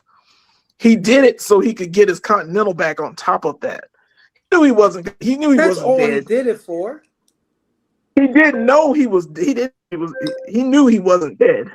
And he knew he was Dude, coming for the him. only reason why he didn't die is because this was a John Wick movie. Because that motherfucker hit a fucking side of He the can't building, a damn fire He can't die. escape, hit another damn, and then hit the floor. He's I mean, Baba Yaga. anybody would be dead. He's Baba Yaga. He killed a giant man with a book. He killed men Winston with would pencils. have shot him in the head if he wanted him dead. He killed men with horses. He went killed to shoot men him with a and gun he and pulled up gun his heaped arm. together. He went to shoot Can him. I He pulled up not his hold arm. on? Can I not say my piece? Apparently, I can't say my piece. Everybody else got to talk. You be like, okay, oh, it's fine. My bad. Parabellum is a apologize. banger. Everything. No, it's okay, Faye. Look, everything in this movie is extended upon from the first movie. One in 3 is kind of like the Indiana Jones movies, except for that last piece of shit right beside that other last piece of shit between that. But it's Raiders and Last Crusade. Temple of Doom is trash. I don't care what y'all say. But those two were the bangers. John Wick and Parabellum are just like that because 2 is weak, and then you get 4. We're on 4, but yes, the scenes did a little long. Yes, certain things happen. They're expanded upon more in the fourth movie. Worse, but we're getting there yet. Parabellum does something that the other movies do not, and that gives John Wick his flowers. It's actual respect. He gets respect from these assassins. Yeah, they want to kill him, but they're like, damn it is an honor to meet you. It is an honor to be in your presence. You are the baddest motherfucker to ever live, and we're getting paid to kill you. We can't wait to do it because we're outnumbering you. He's outnumbered. He's outgunned. He doesn't have the sommelier to give him his dessert gun and knives. He doesn't have anyone tailor his suits and to get things together. He doesn't have it. And what he does with that is so much more. He has to go back to his family. You find out he's Jelani, and he's a wayward orphan child who was raised to be an assassin and becomes like the genius assassin without even trying. He becomes this animal that is refined, and he cannot die. And this movie puts that above all the others so far, because it gives him that fleshed out backstory that we needed for John Wick. Surprisingly, you don't need too much for heroes, but for this guy, you needed the backstory, and this one provides it. And Halle Berry, Lord mercy, Jesus, that whole fight scene with her and them dogs. God dang it, marry me now, Halle Berry. God, you can get it. Woo! You can get it. It's woo! I've always wanted Halle Berry, by the way. Just a side note, since Boomerang, I was a young boy in 1992, and I saw Boomerang for the first time, and it changed my life because I saw beautiful, beautiful young Halle Berry. She had the short little bob haircut, and pretty brown eyes. Pretty brown eyes. God dang it. Oh, woo! Anyway. Parabellum is fire. Parabellum is right there with John Wick. I'm gonna give it a 5. I give it a 5, but there are weaknesses to this movie. I will give you that. Yes, they do linger on in the fight scenes. Yes, Mark the Cotton Boy, and he's weird about it, and it gets dumb, and it's just like, "Be seeing you, John." And he's like, "No, you won't." He's dead. I love that scene. I don't know why, because he's just he fanboys over John Wick, trying, and it's to the point of weird when they're in the Continental and get inside, and he sits right beside John Wick on the couch, and John Wick gets up and sits at the other chair. Like, that's weird, bro. You're being weird. Yeah. So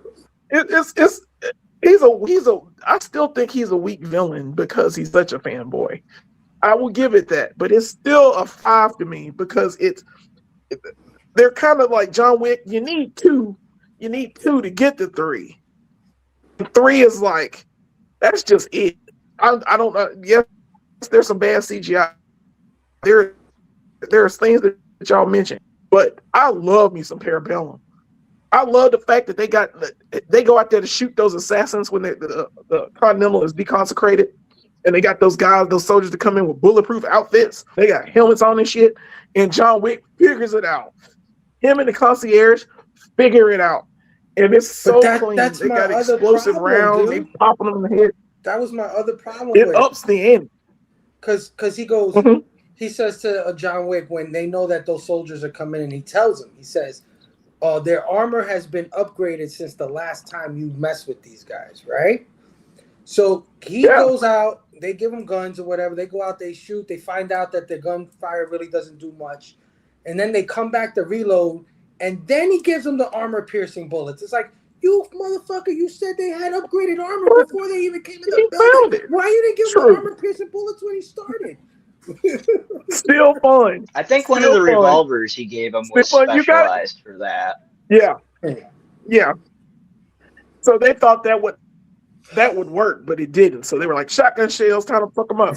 It was great, man. I love this movie. This movie's fucking fire. This is absolute banger. And Halle Berry, 5. I'm done. All right, hey man. This is a fun one tonight. Fable's got lots of emotions about this. Huh?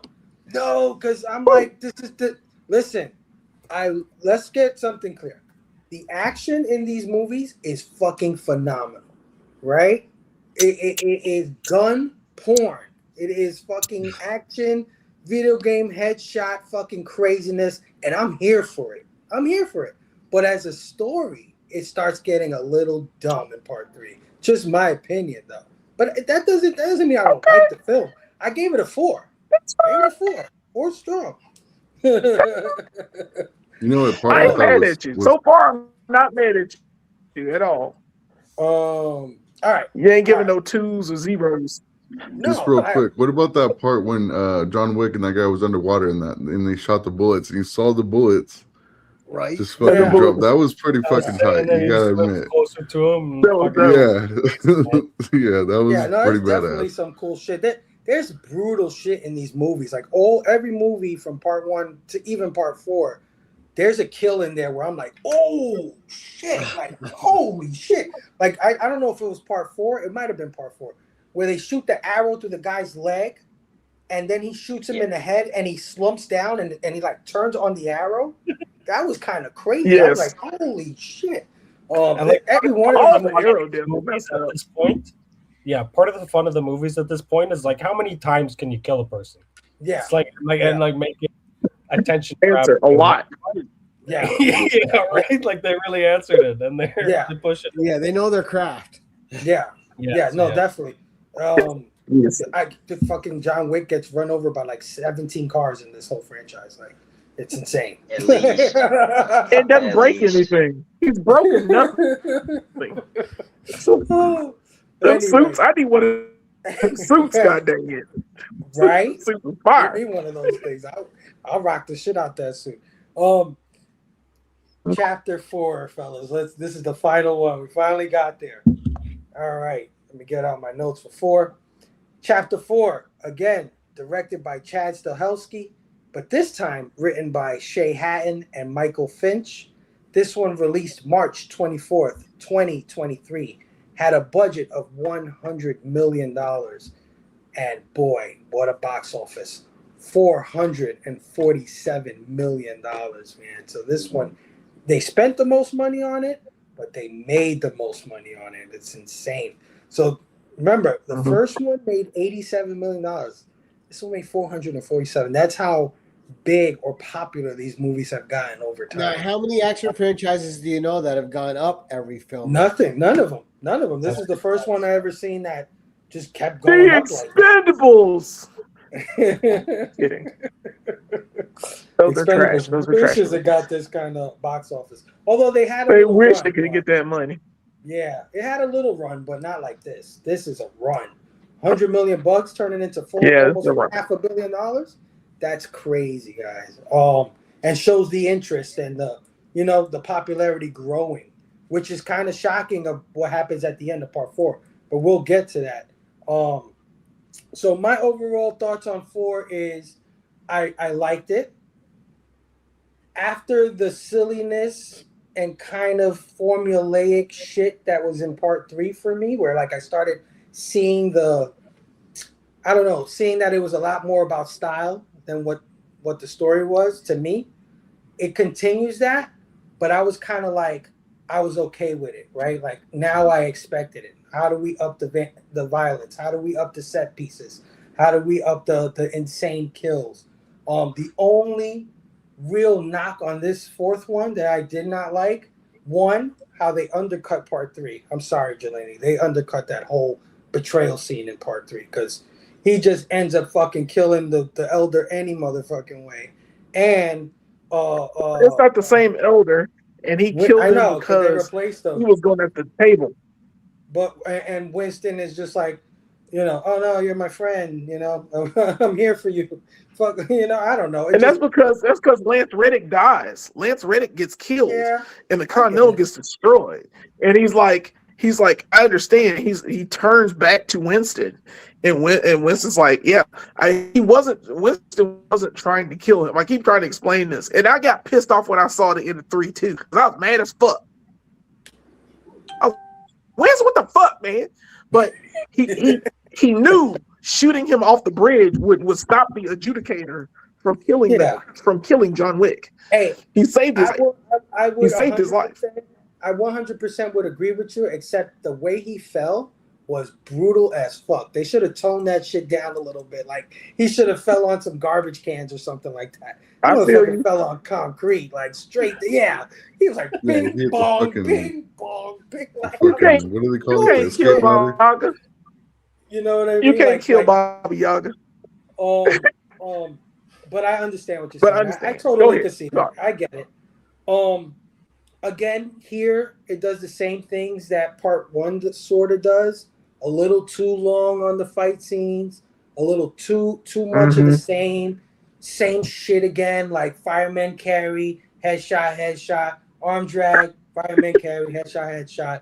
You know, they try to do a little different stuff, like the whole car shit in the middle of that place in France or whatever, that circle road that they have. They're doing all these shit with cars and shit like that, or at the end at the staircase scene, right, where it's just like, which I thought was kind of fucking cartoonish, the way he kept rolling down those stairs. I was like, what the fuck?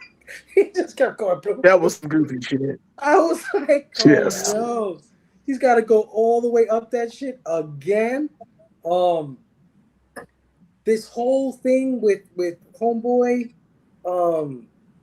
the dude with the backpack and the dog, and Kane, yeah, Donnie Wen and all that, like you want to kill him, you don't want to kill him, you want to help him, you don't want to help him. It's the weirdest like three-way relationship that they had through this entire film, where I felt like you guys could have been killed John Wick and got this $40 million or whatever they were giving these guys. So again, a little goofy with the story and a little too long on certain points. As a matter of fact, this movie was almost 3 hours long, which I felt like was a little long. It's long as fuck. For yeah, no it's reason. long as all hell. But there's a whole scene in this movie they could have cut out. A bunch of them. There's a bunch. And then out of nowhere, they like did a Warriors homage, which I thought was hilarious. It was like, okay, boppers. And then they play Nowhere to Hide. Yeah, Nowhere to Hide. Nowhere to Run to, baby. Warriors. It's like, all right, he made it past this place. You boppers got to get him over here. I'm like, what the fuck is going on here? Like, so it's a little goofy, a little strange, but again, I like the action enough. I like the characters enough. Donnie Wen, love his ass. Ip Man, yes. Give me Ip Man. Ip Man is the shit. Yep. And this is like the second time he plays like a blind, like fighter dude, right? Like, wasn't he in Rogue One doing the same shit, or am I crazy? He was in Rogue One, yeah. Okay. The whole, God dang it, he had like a whole phrase. The force is one with me. I'm one with the force, and the force is one with me. Yeah. Yeah. Remember, Rogue One is the good one. Yeah. That's so good.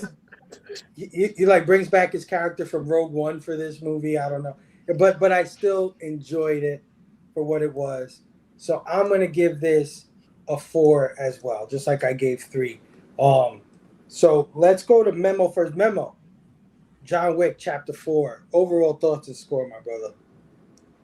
Overall thoughts. I liked it because of the fact that it showed more into where it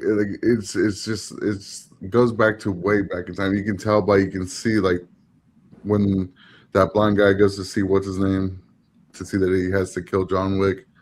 Just by him walking in that building, you can see that this has been going on for so long because you can tell that's old money. Yeah. You know what I mean? Everything's like basically gold in there. The marquee. Yeah. So everything's basically gold. The way they're dressed, like I feel like that, like some of the scenes, yes, they were a little bit too long, but like it kind of gives you that feeling like this is nothing to fuck with. Like this is some serious shit. Like and like The whole falling down the stairs thing, I thought that was funny too. I was like, all right, it's a little much, bro. You're going down these stairs quite a few times. But like the little things is what I like too. Is like when he was about to go do that, the face off with the guns. That blind guy, I forget his name, but he stabbed John Wick in the hand. Oh What I yeah. mean, real quick to make the fight even. Oh yeah. Just like little things like that. You know what I mean? It makes you like, and you can tell from how he was acting. The blind dude, I forget his name, but how he was acting, like when he found out that he had to kill John Wick, like some emotion came over him. Like fuck, like. That kind of lets you know, like all these other people that try to kill John Wick and were like giving him the chance to like live. He must have helped all these people out in a certain way. Yeah. To the point where like, fuck, dude, I'm not gonna betray John Wick. You know what I mean? But you know what? I like the idea of Donnie Yen rather. I keep calling him Wen. Donnie Yen being the guy that would try to kill him and be okay with it instead of like a Ruby Rose. Or the other people, and you know what I mean? Because he seems like he seems like he's a top tier assassin his damn self. You know what I mean? Where these other people seem like they're rookies or something. Like I don't know, but keep going. My bad. He got out like John Wick. He got out like John Wick though. That's a thing, and they brought him back. They brought him back because Marquise was like, "I'm going to kill your daughter if you don't come back and kill John Wick." Yeah. He got his freedom. That's why John Wick was okay with it too. Right. Yeah, that's why John Wick was okay with it too, because like John Wick did the same thing for his wife, and why wouldn't he do the same thing for his daughter? You know what I mean? Right. John Wick was okay with it. Like you're gonna defend your family no matter what. You know what I mean? So, and then the way he was fighting too, like being blind and being able to have like these little sensors and stuff like that. I thought that was pretty cool on the tactics and stuff that how he fought. At the end, I'm glad they did the shot and they played him because he thought he'd fired that last shot, but he didn't. And so that was a good ending for me on that part. But overall, I thought it was pretty good. I'll give it a 4.9 out of 5. 0.9. Oh my god. Okay. Getting chewed out later. Damn. Wow. This is messing me up over here. Okay. Before before I pass it on, Memo, I forgot to talk about the extra people that are in this movie, just in case you wanted to comment on them before we move on. Of course, we talked about Donnie Yen, but we also got Bill Skarsgård in this film as the main villain. We got Hiroyuki Sanada, great Japanese actor, was in this, playing the owner of the Continental in Japan, Osaka. Who else? Scott Adkins, man, as Killer Harkin. I don't know if you guys know who Scott Adkins is, but he was that Russian fighter. I forgot what movie it was. If you guys remember, I know what you're talking about. Yeah, he was unrecognizable in this one. Yes, he was he's a fantastic like martial artist. Yeah, it was cool seeing him in that fat suit and shit, doing all that. And Clancy Brown. It felt weird for him to be in that scene. Yeah. Yeah. The great Clancy Brown is in this film as well. So yeah, before I move on, did you want to comment on any of that stuff, Memo? Not too much. I mean, it's still a 4.9. I know. Yeah, it's still 4.9. Never seen a 4.9. I mean, I could round up to a 5 if you want me to. Yes, please do. All right, I'll give it a 5. 5. Okay, I'm switching it up here. All right, 5 for Memo. Pete, overall thoughts and score on Chapter 4. Well, I was going through the list the other day, and I've not seen this movie, so I was watching it. I started watching it last night, and I got like 20 minutes in, and I fell asleep. So I haven't finished this movie, but I can talk about what I have seen, and I won't rate it though, because that's not fair. So I won't give a rating. No, we need your rating. You're gonna mess up the whole We entire. need a rating. Got to give us That's a the good whole point of the 20-minute review review. rating. I'll go The finish. 20-minute rating. He's got to go finish it. Yeah, we'll see you in 3 hours or 2 hours and 40 minutes. Son You of a fell bitch, that was asleep. long. 2.5. I'm gonna rate it for you. Based on what you saw, was it's good. 2.5. Yeah. Well, I do have a couple of grievances right away. I didn't like Bill Skarsgård's character. I hated his accent. I felt like that was so fucking dumb. It's like, where are you from? Like, are you from like? That was not a French accent. That was horrible. Not at all. You are But, correct. It was not. Yeah. So for that Bill Skarsgård character, I was not a big fan of. And then Donnie Yen's character, I feel like they didn't really use him properly. He's such an insanely talented martial artist that you make him blind and you take away half of that talent. And I know that they tried to like use it in a different way and like they kind of made him like Daredevil, but like the dude could have been like an extremely talented martial artist who had his eyes and vision and was like an actual threat to John in that way, but they didn't, and they kind of, yeah, from what I saw, they took it in a completely different direction, and I feel like he could have been used differently. But that's all I saw. So that was it for me. All right. Hold on. Let me just make a note. Make sure to ban Pete does not finish movies for movie reviews. Okay. By the way, Pete, the line and said I loved spoiler it. alert, John Wick dies. Did you know John Wick dies at the end of this movie? There, I did spoiler watch alert. a little recap because You're punished. All You're right, so punished. what do you give the 20 minutes and the recap together? What's your 20 score? minutes and the recap. I give it like a 3.5. All right. I didn't like the way they ended it either. I thought that was pretty fucking cheesy. I'll It put was an like, oh, asterisk. he still has a bullet. Boom. I'll put an asterisk next to the 3.5. All right, got it. Gary, you finished the movie, right? Yeah, I love this one. I'm with Obsidian on this one, man. Let's go. Yeah.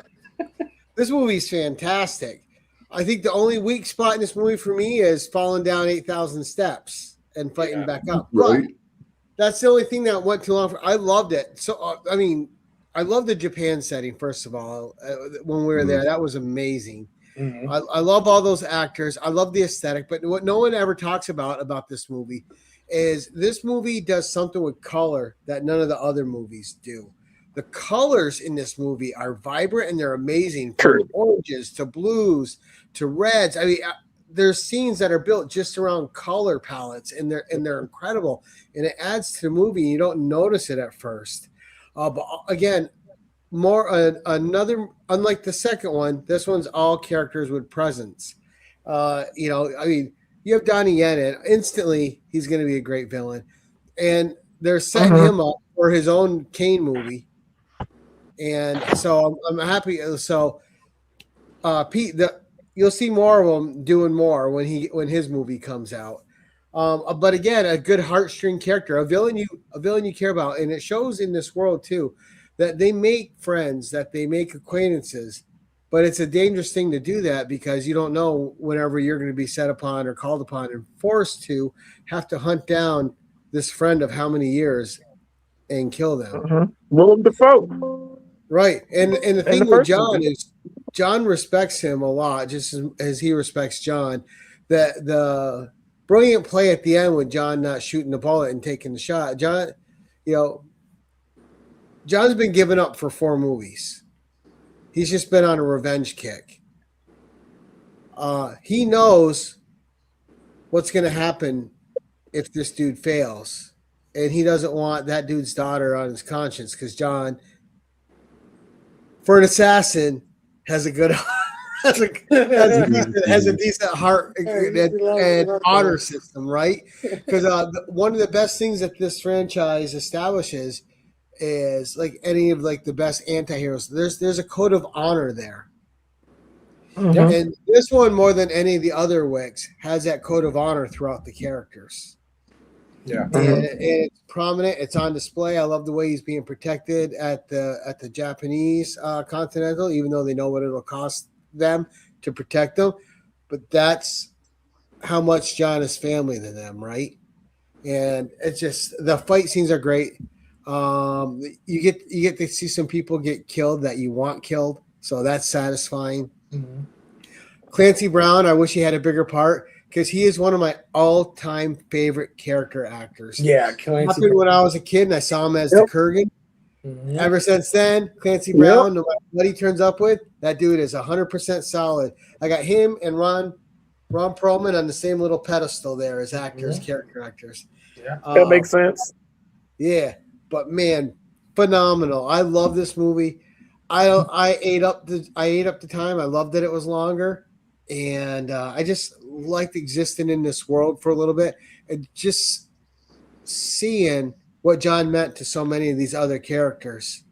Mhm. And then seeing also what they mean to John, that he's willing to make that sacrifice. So something bad doesn't happen to this little girl, and just I don't know, it was great. I loved it. I won't keep going on. It's just going to be reiterating all these things but the colors. If you watch it again, pay really strict attention to the color palettes. It'll amaze you how they're so different in every scene, but they work and they add something to each scene. So for me, I was gonna give it the old 4.75, but I'll go with Obsidian. I'll give this a 5 out of 5 too. So there'll be 2 5 out of 5 entries for me on this. Yeah, okay. So remember, Pete, pay attention to the colors the next time you watch this shit, okay? I'm finishing it. I And the promise. waves. You must know the waves. And drink some goddamn coffee or something. He said after 20 minutes, it just I went didn't straight fall black. asleep because the movie was slow or bad. I fell asleep because I'm tired as fuck all the time. Sure. That's just being an adult. Sure. This is excuses. Oh, He's like, what colors? All I saw was pitch black. I'm gonna do a John Wick franchise and sleep through all of them. Let's do that. The effects were lacking. I'm taking my jacket off because that just made me sad. Oh, The rubber jacket had to go because that made me sad. Great scene with him getting another suit, right? With him and Lawrence. I didn't catch It was that. a nice. Oh, I said another great scene with him get outfitted with another suit with him and Lawrence Fishburne. Yeah. He was like, what he told him? He That said, happened past 20 minutes though, Pete. Great. Great when you gotta go out or when you're gonna go out, like they're gonna kill you. Like either way, it's a great suit. Yeah, no, I like that. Well, and we talk about all your reviews too about style, right? And the John Wick movies ooze style. The style is unmatched in these films. Yeah, 100%. That for sure. Tons of style in this movie. But Chad, what are your overall thoughts and score on Chapter 4? Chapter 4. Well, if 3 was Parabellum, 4 should have been Equilibrium. Because if you can sword fight while going 90 miles an hour on a crotch rocket with like 2 guys and not lose your balance, like that takes a certain quiet equilibrium, right? Like I don't have that kind of balance. It's what? But swords make everything better, Chad. Yeah. This one was a mixed bag for me. It's kind of around 2 for me. There are things I loved about it and things that I just really didn't care for. Like it got silly to me, like really silly. Like I love the beginning of it, and you're right, Gary. I think this may be the most visually striking of the 4, with the sets, especially the Okinawa set. That scene of like the neon pink building in the background and the blossoms, beautiful. And then the fights. There's great interaction with him, and what's his name? Shimazu. That guy there. You could really tell they had a friendship and a rapport. Yeah. But John was like, I'm sorry. And he said something that struck me was, friendships of convenience are often less meaningful. Mm-hmm. You know what I mean? Like Yeah. that's if you're a real friend, you're there through thick and thin. You know what I mean? Yep. Like he's willing to put his life, his daughters, and that whole hotel because they're friends. Right. Right. It was amazing. Yeah, yeah. That shootout scene was great. Although even if those guys in like the baby blue, even if they have Kevlar suits, they established in the first one that you get shot, it's still gonna fucking hurt.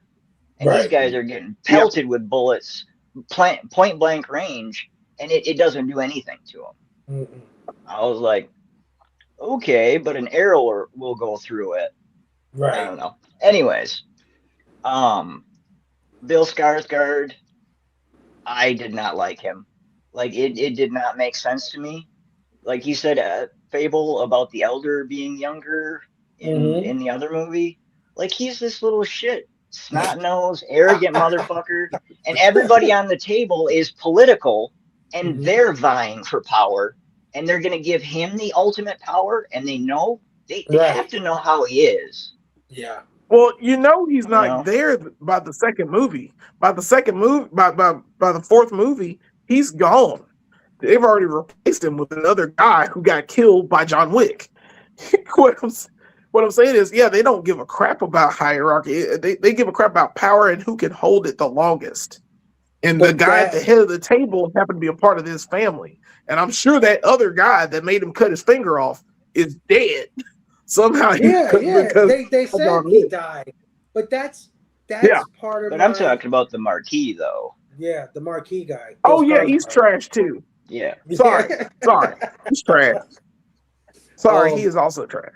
But I understand what Chad is saying, and that's part of my problem with like story wise is that okay, at the end of the day, if you're all vying for power, if you all want to be like whatever, the table, the head table, whatever, the smartest move would be is to get John Wick on your side, not try to kill him. I know that doesn't make much of a movie. I understand that. But the amount of men that this motherfucker took out in these 4 movies, right? It's like, maybe we should give him a job. Because everyone we send after this dude, he lays waste to. I mean, total utter waste. Do you see the crime scene there after he's done? We got people with blood splatter all over the wall, bullets all over the floor. These guys' limbs are all broken and shit. Like, he takes out big ass dudes, anybody, right? So that's kind of like what breaks it for me a little bit. But anyway, I'm sorry, Chad. Keep going, my brother. The overhead fight scene too in the building, right? That's like a video game. That was totally Yeah. a video game. Yeah. Yeah. That was That cool. was video game. That was cool. And then one of the scenes he's With like electric coming fire through, rounds. yeah. He's like coming through a tunnel, right? And it looks like he's walking through Hades. Like he's almost like a fog himself, right? And then the fog is coming around him and you just see him walk through very stoically. And that is a haunting shot. Yeah. Like there's quite a few cool shots in here. But like who's the guy in the fat suit? Oh, Scott Adkins. Yeah. Yeah, like I think that went on way too long. I don't really think. I mean, how many times can that dude get stabbed? You know what I mean? And drop down the stairs and shot, and it went on for like 15 minutes, and then finally he snaps his neck, and then he crawls up on him. I was like, okay, this is a bit much here. They definitely could have shaved some shit off here. Yeah. That falling down the stairs, like I will say, I did not like this movie at all the first time I seen it. I like it a little bit more after the rewatch, but that it was silly. Like you guys are saying, like the callback. Oh, we're back with Winston. Oh, we're killing the elder, and it was like, how do we get to point A to point B? How many script revisions were there? I'd like. Yeah. I don't know. But and also, yeah, I love Donnie Yen as Kane. Like, I thought he did a brilliant job acting the martial arts, but you're going to put your life and your empire on the line in a duel fight with a blind guy at 30 paces? Like, yeah, maybe with a sword and you're 4 feet away, he can do something. But even with super hearing, you're not hearing 30 paces away, and like, Yeah. it was just so fucking ridiculous to me. Yeah, it was a bit anticlimactic for me too, like the ending. So all in all, I'm gonna give it a 3.5. All right. All right. Yeah, no, I hear you. I felt kind of the same way, even though I like the thematic element of his death, right? I like that he finally, the dog got to rest in a sense, right? Like going through all this shit, all these fights, all this betrayal, all this wild shit. It was just like, it's time to go, my old friend. You've done enough, right? He was like, and I like the line he says, take me home. He said to the guy, he said, take me home. And then like collapses on the stairs. It's sort of like The Godfather Part 2, right? When De Niro dies in the wheelchair, right? He's like old and shit and just fucking dies. He has that same kind of quality to it. But I agree with you. I was like, this motherfucker fell down through staircases. He fell off the roof of a building. He got stabbed. He got hit by 15 different 10,000 cars. times. He got fucking ran over by 15 different cars. It's like, oh, you shot me. You shot me. I'm dead. But I get the thematic element of it. I understand it's supposed to be his friend, and this little twerp or whatever, so eager and fell for it kind of thing. I understand what they were going for, but I agree. It was kind of like, I don't know. But Jelani, overall thoughts on chapter 4? Y'all gonna hate me. I hate 4. I hate 4 so goddamn much. There's so many stupid shit, contrived bullshit things. I hate more than I hate how long this movie is. More than I hate that you drug out this thing. More than I hate that y'all killed John Wick, but he's not really dead because Winston doesn't really give a definitive answer at the end. He does not. So it's just a headstone that he's putting there. He knows that's not John Wick's grave because John Wick's not dead. I hate that dude and that fucking dog. I hate that dude and that fucking dog so goddamn much. Every time I see him, and I saw him this time, I hated it when I saw it. I was like, who this motherfucker? He has no charisma. He has no aura. He is just there. The Skarsgård stabs him in the hand, and he's like, good choice, and he pulls his hand out. Grossest, dumbest scene in the movie. I'm like, nigga, pull your hand out. I hate that. I hate him so much. He has no charisma with his own goddamn dog. He ain't got no charisma with his dog. Yeah. I'm like, bruh, you don't. 1 minute you want to kill John Wick, next you want to track him, next you want to shoot people that are trying to kill him. You don't know what you want to do, and you just there. And you're at the Continental when they shut it down. He's like, I'm gonna stay. What am I gonna stay for? Oh, I need to track / kill John Wick. I hate that motherfucker. I hate him so much. I hate him so much to the point it ruins the entire movie. You could cut him out of all of the scenes in this movie, and it wouldn't mean a damn thing. He doesn't do shit. He does reaction shots during the duel. They just show him and the dog, and he's sitting there.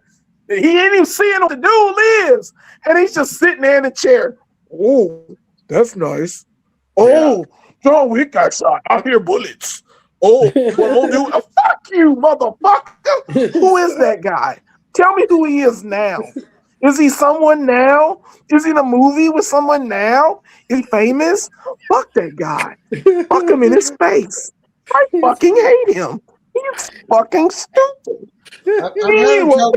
I'm having trouble getting what Jelani's saying. Yeah, I fucking hate him. Please tell us how you really feel. I wish the dude in the gray suit had killed his dog, so he would just be like, "Oh, my dog is dead," and then he gets shot. That's how bad I hate that motherfucker. I want him dead like Ruby Rose dead. I want him dead. I wish John Wick had just snapped his neck somewhere in the middle of this movie so we'd have to do the rest of it. Get him off the screen. I hate him. Tell me, did he make a difference? Did he make an impact? Did he do this? No. Answer's no. Answer's no. Anyway, the Scream guy, nuts the and guy, y'all could have cut that whole scene out. That whole fat guy scene out. They could have done another mission to where he's like, all right, that's cool. We can do this part. You can kill this guy and you kill this guy and he's like, okay, like you're square back with the family. And you do this 45-minute stupid ass poker scene with the guy in the middle with Donnie Yen and cut that whole scene out. Cut that whole scene out the movie. It changes nothing. Maybe we should skip the part where he gets back in the family. Back in the family. Thank you. You're back in. Now you can do the table thing. I hate Bill Skarsgård in this movie. The Marquise is the dumbest villain of all of the dumb villains. He don't know what he want to do. He don't know who he want to be. He should have killed John Wick when he had like 27 chances. The stupid. I hate the stairwell scene. I hate everything about the stairwell. I hate it because he gets all the way up there, and the gray suit motherfucker kicks him all the way back down, and he's got like 2 minutes before sunrise comes up, and I'm like, "Fuck you, movie! Fuck you in the face!"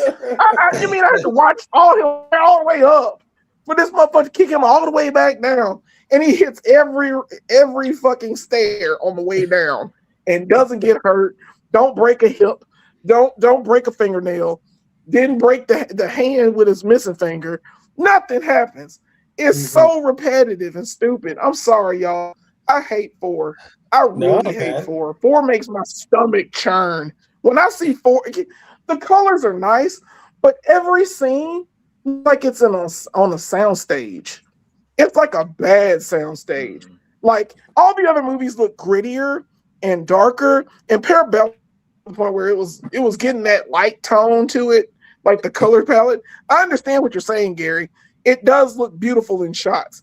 It does, but it's like it's on a goddamn sound stage. It doesn't feel like I'm there.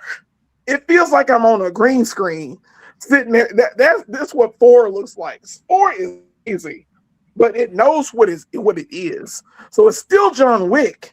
You still got the shooties, you still got the killies, you still got all the cool shit, you got all the great deaths.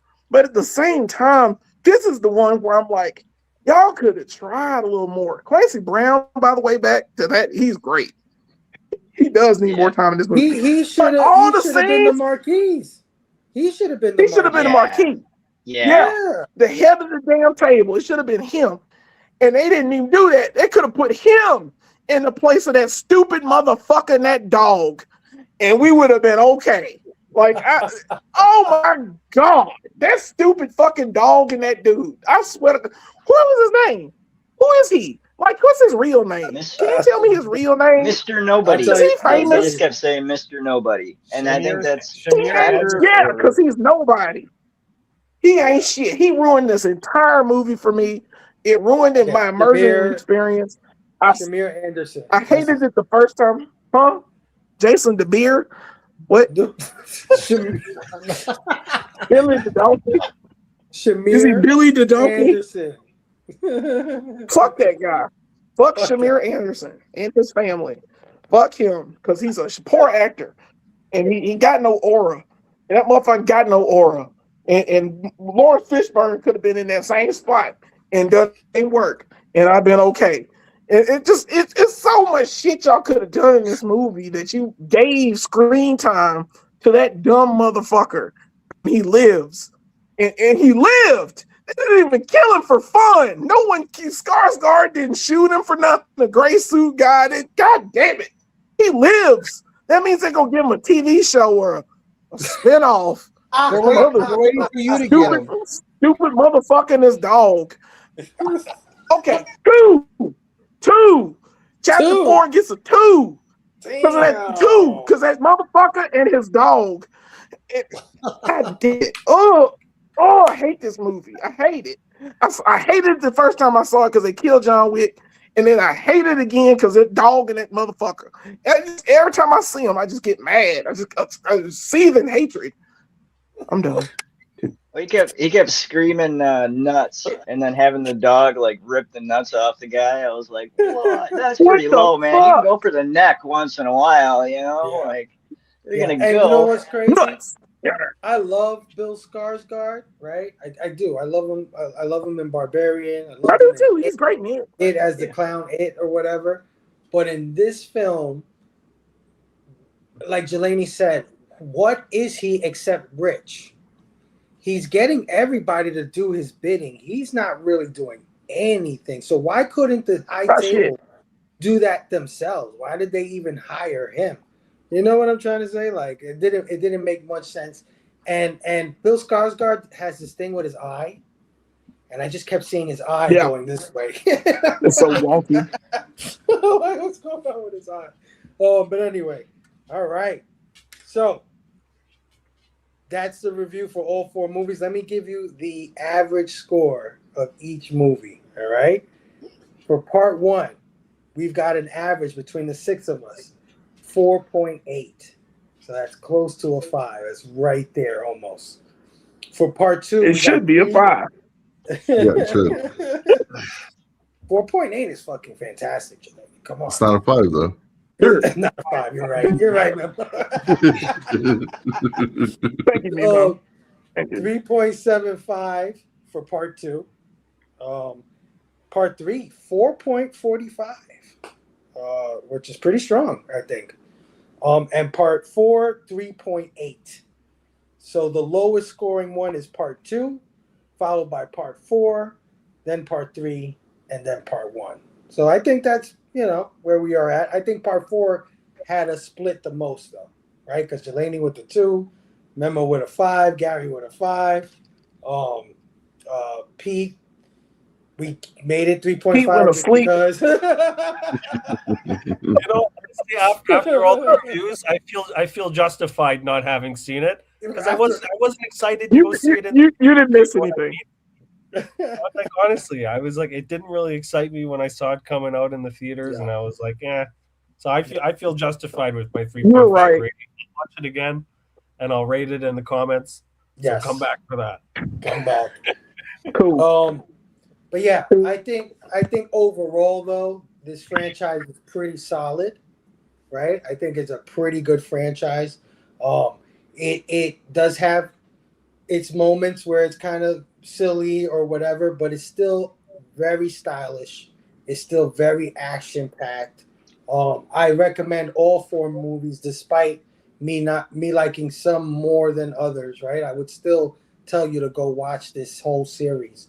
I think there's a lot to enjoy, especially if you're an action freak. If you love like these crazy choreographed fights and stuff like that, and what they do with the guns and shit like that, I think you're gonna have a great time with this series overall. Even though I may personally have some issues with the lore or the storytelling or how that's doled out. The one thing I would do though, I would not watch these movies back to back. No, don't do what I did. Don't watch these shits one after the other.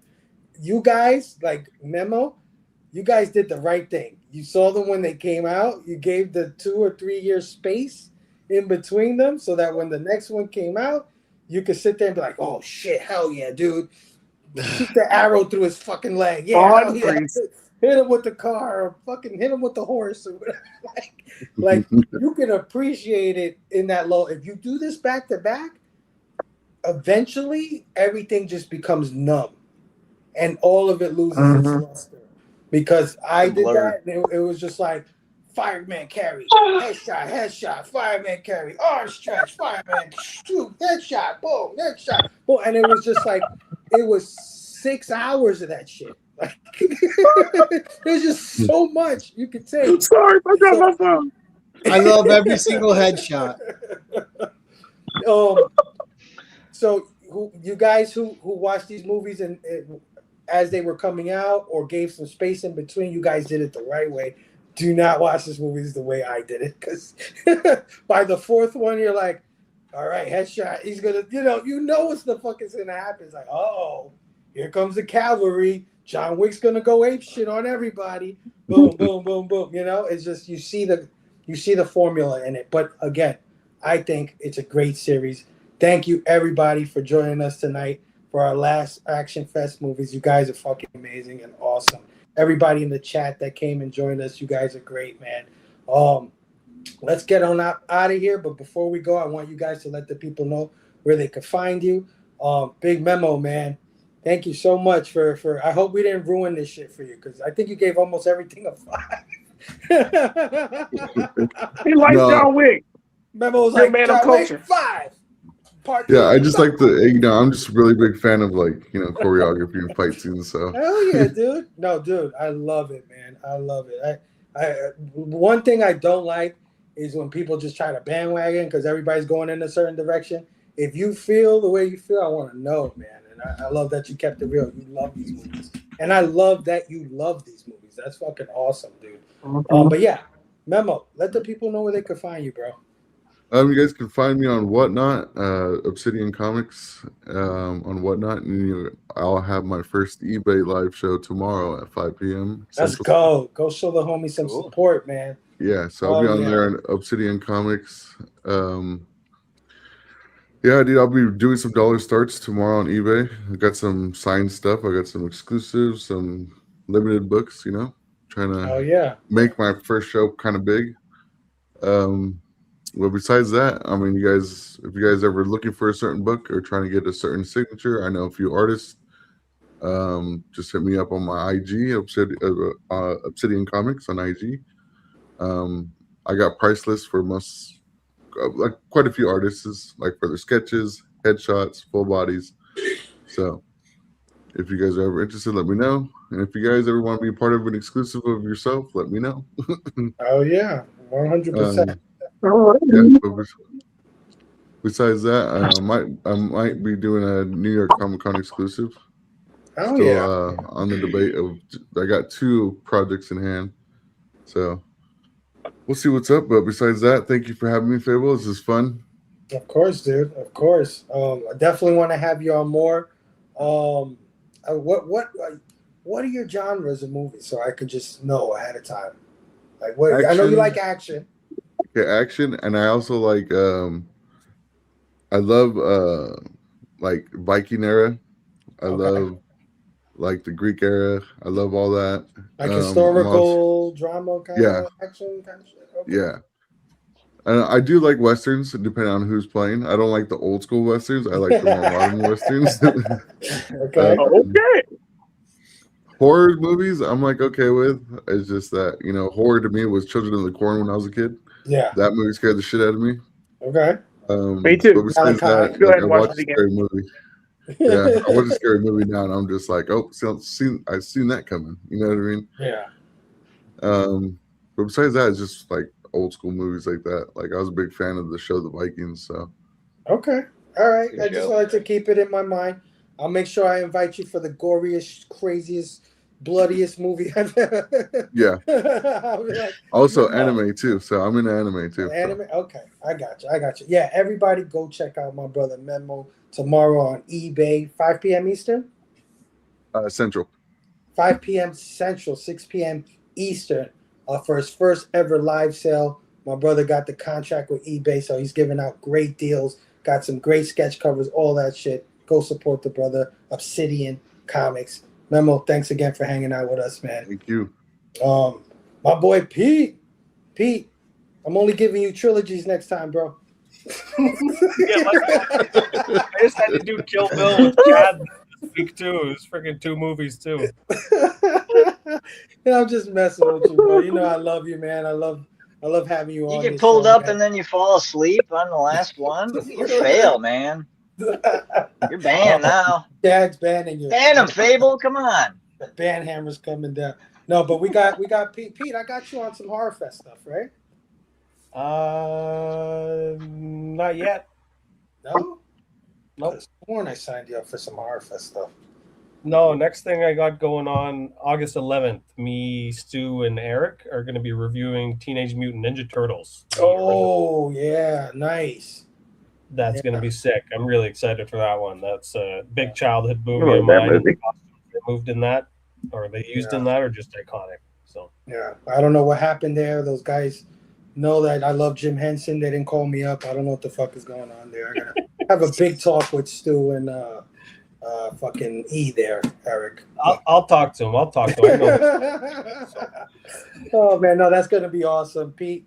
Always a good time with you, man. Go check out my man Pete, Most Dope Comics on Instagram, doing great reels on New Comic Book Day, all that good shit. And send me that list for Horror Fest. Yeah, well, unfortunately, I think it's tied up, Pete. I'm sorry. My bad. I think he's trying to say you're cut off because you didn't watch the fourth movie. Sleep during movies.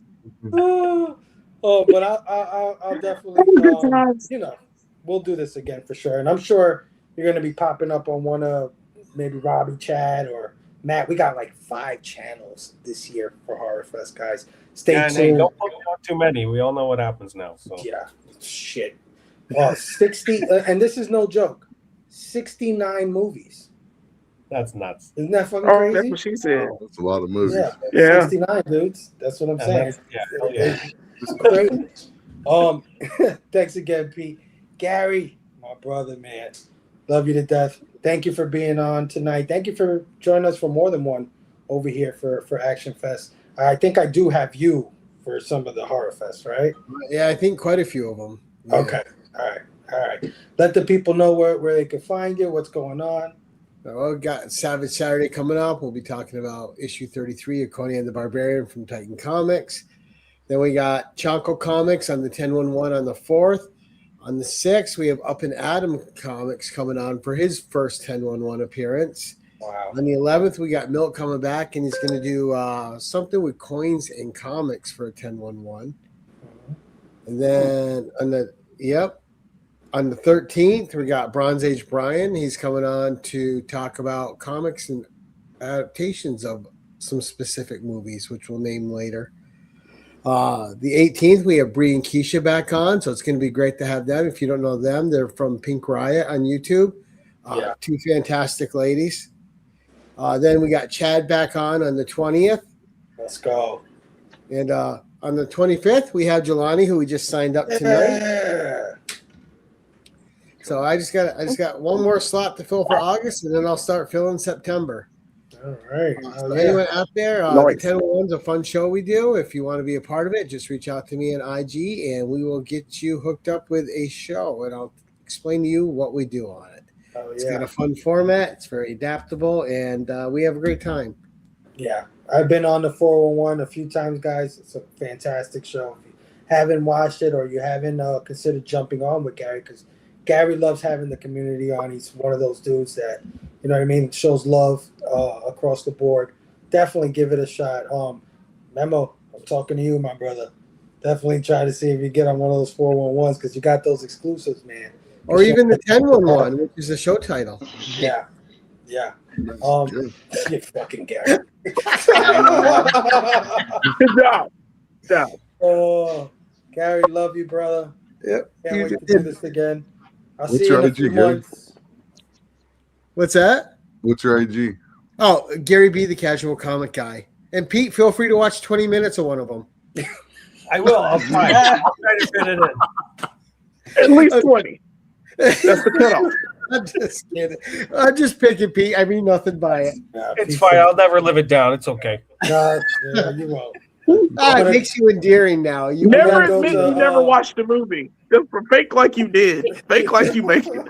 Fake It's all right, make Pete. it. Well, you know It's all right, what? Pete. Just sleep it off. Just sleep it off, bro. He was honest. He was honest, and that counts for something. You know what I mean? He didn't try to fake it. He's like, listen, man, I couldn't do it. I couldn't make it through parkour, bro. I understand the being tired thing. So 100%. Although I have 2 little children, I got a wife, I'm giving you a little bit of leniency, Pete, just a little bit. Big chat. Always, brother. Thank you so much for joining us for Action Fest, man. It's been awesome doing this with you. This whole month has been just a blast, bro. Having you on my shows, me jumping on your shows, Matt's shows, Robbie's shows. It's just been fucking 1 month. I love you guys, but I'm gonna take like a month off now. And I'm sure I don't know if you're gonna take a break, but let the people know what you got going on. Well, I'm going to try to slow down a little bit, but we'll see how that goes. Yeah, man, this has been great. Being able to do this with some of my best friends on here, you and Robbie and Matt, like exactly right. It has been an absolute blast. We've covered lots of bangers, had a lot of fun. I did. Got to have some new people on and get experience. It's been great. I'm really looking forward to Horror Fest. That should be a good time. Pete, I will send you my list, but you're not eligible for any franchise shows. All right. Totally okay with that. That's so funny to me. You're never living this down, Pete. You never live this down. No, Sleepy Pete. It's going to Sleepy Pete now. Oh, shit. That's all right. You're a dope reviewer. Chad's been banned a few times. Will was on my show a few months ago, and he went and got a sandwich while we were doing our segments and shit. It's fine. It's fine. It happens. It happens. I'll make you a sandwich. Yeah, it's all good. Jeez. Me coming up. Well, I mean, you can find me on Facebook, Instagram, TikTok, and on YouTube. I've been doing stuff on there. Let's see here. What I got coming up? Oh, tomorrow at noon Eastern, I will be on Toy Quest 101. Collectors Assemble Live. We're having on Jazz Inc., the premium toy manufacturer. They got some stuff that they showed off at San Diego Comic-Con. They're going to show us some different stuff. Should be a good time. Again, 12 p.m. Eastern over on Toy Quest 101. Then let's see here. Monday. Well, I know I got the Omen coming up with Robbie. I don't know the date on that one. I'll be on with Gary for the 411 911 1011. I think it's in 2 or 3 weeks. It's a bit yet. Yeah. I'm on Matt's channel quite a bit. I'll be on a couple of the westerns that he's doing, The Good, the Bad, and the Ugly, and Blazing Saddles for sure. I'm on there Thursdays a lot of times doing live sales. Memo, Obsidian Comics. He comes, hangs out. We sell books. Check that out. And yeah, check out my eBay store. And if you're looking for anything as well, hit me up on Instagram. I've got toys, comics up the wazoo. So appreciate it. Again, thank you. Of course, Chad, man. Thank you, man. Can't wait to do it all over again. You guys start. Did you start in August with these guys, or no? October. Oh, okay, me too. October. Okay, good man. See, smart. Okay, smart. Big Jelani, my bro, man, my PCP bro. And we've been doing this for quite some time now, man. I look back at one of our movies, and I was like, damn. Like, I know you guys been doing it longer than me. But me being with you guys, it's been. But you still doing it, son. Yeah, man. You better keep doing it. You better keep doing it. Never quit. Never surrender. I need you, bro. I need you on a lot of these things if I can have you. But anyway, let the people know what you got going on. Oh God, it's so much. No, I'm kidding. I don't do anything. I only do one thing other than movie reviews, and that is I do this show with my good friend Brooks, and it's called Go Figure Reviews. And we review toys. We do show and tell. Because at one point, Robbie did a show and tell at the end of every show that we had called Back Chat. And we showed things off. And Brooks and I were like, screw that shit. We can do it ourselves too. And broke off and did our own show. Go Figure Reviews. We review cool things like this. This is a bootleg Venom. He is the Lethal Neighbor. I got it from AliExpress. We do a cool review on that. He's pretty awesome. I also have the Sagat and Ryu figures. These are from Storm Arena. They are alternative to Jada toys. So if you want to get Jada toys for cheap, you can get these too for cheap. I'm putting a review out for this. I haven't edited it yet, but it's happening. It's a thing. And that's the type of things we do at Go. We also do other movie reviews. We do fun other crap, whatever. Just check our channel out. We do house tours. We haven't done them this year. So if you have a house and you're in the South, we will come into your house and look at your toy collection and your video collection and your comic collection, whatever collections you have. We will film them and put them on our channel. So check us out. Of course, get out there and go figure. And also, always sell out. Don't be afraid to sell out. Just always sell out. The man is there for you. Just take the money. Just take the money and do the thing. That's all. That's it. Take money. Sell out. That's all. Jelani, always a pleasure, my brother. Thank you for hanging out. Thank you for ending Actionfest, man. It's been a blast, like I said. Of course, always me. Don't tune in next week because I won't be here. I probably won't be here for a little while. Plan on going on a little vacation. You might catch me here and there. I've been invited to a few channels, so you might catch me here and there. Nothing to say yet, but I definitely will be back for the Absolute Blame Fable show coming up soon. Well, maybe not too soon, but end of the summer. I would aim for there. That's where I'm aiming for, end of the summer. And then, of course, Horror Fest in October. You guys have been amazing. Everybody have a great Friday night. Have a great weekend. Love you guys. Catch you next time. Station.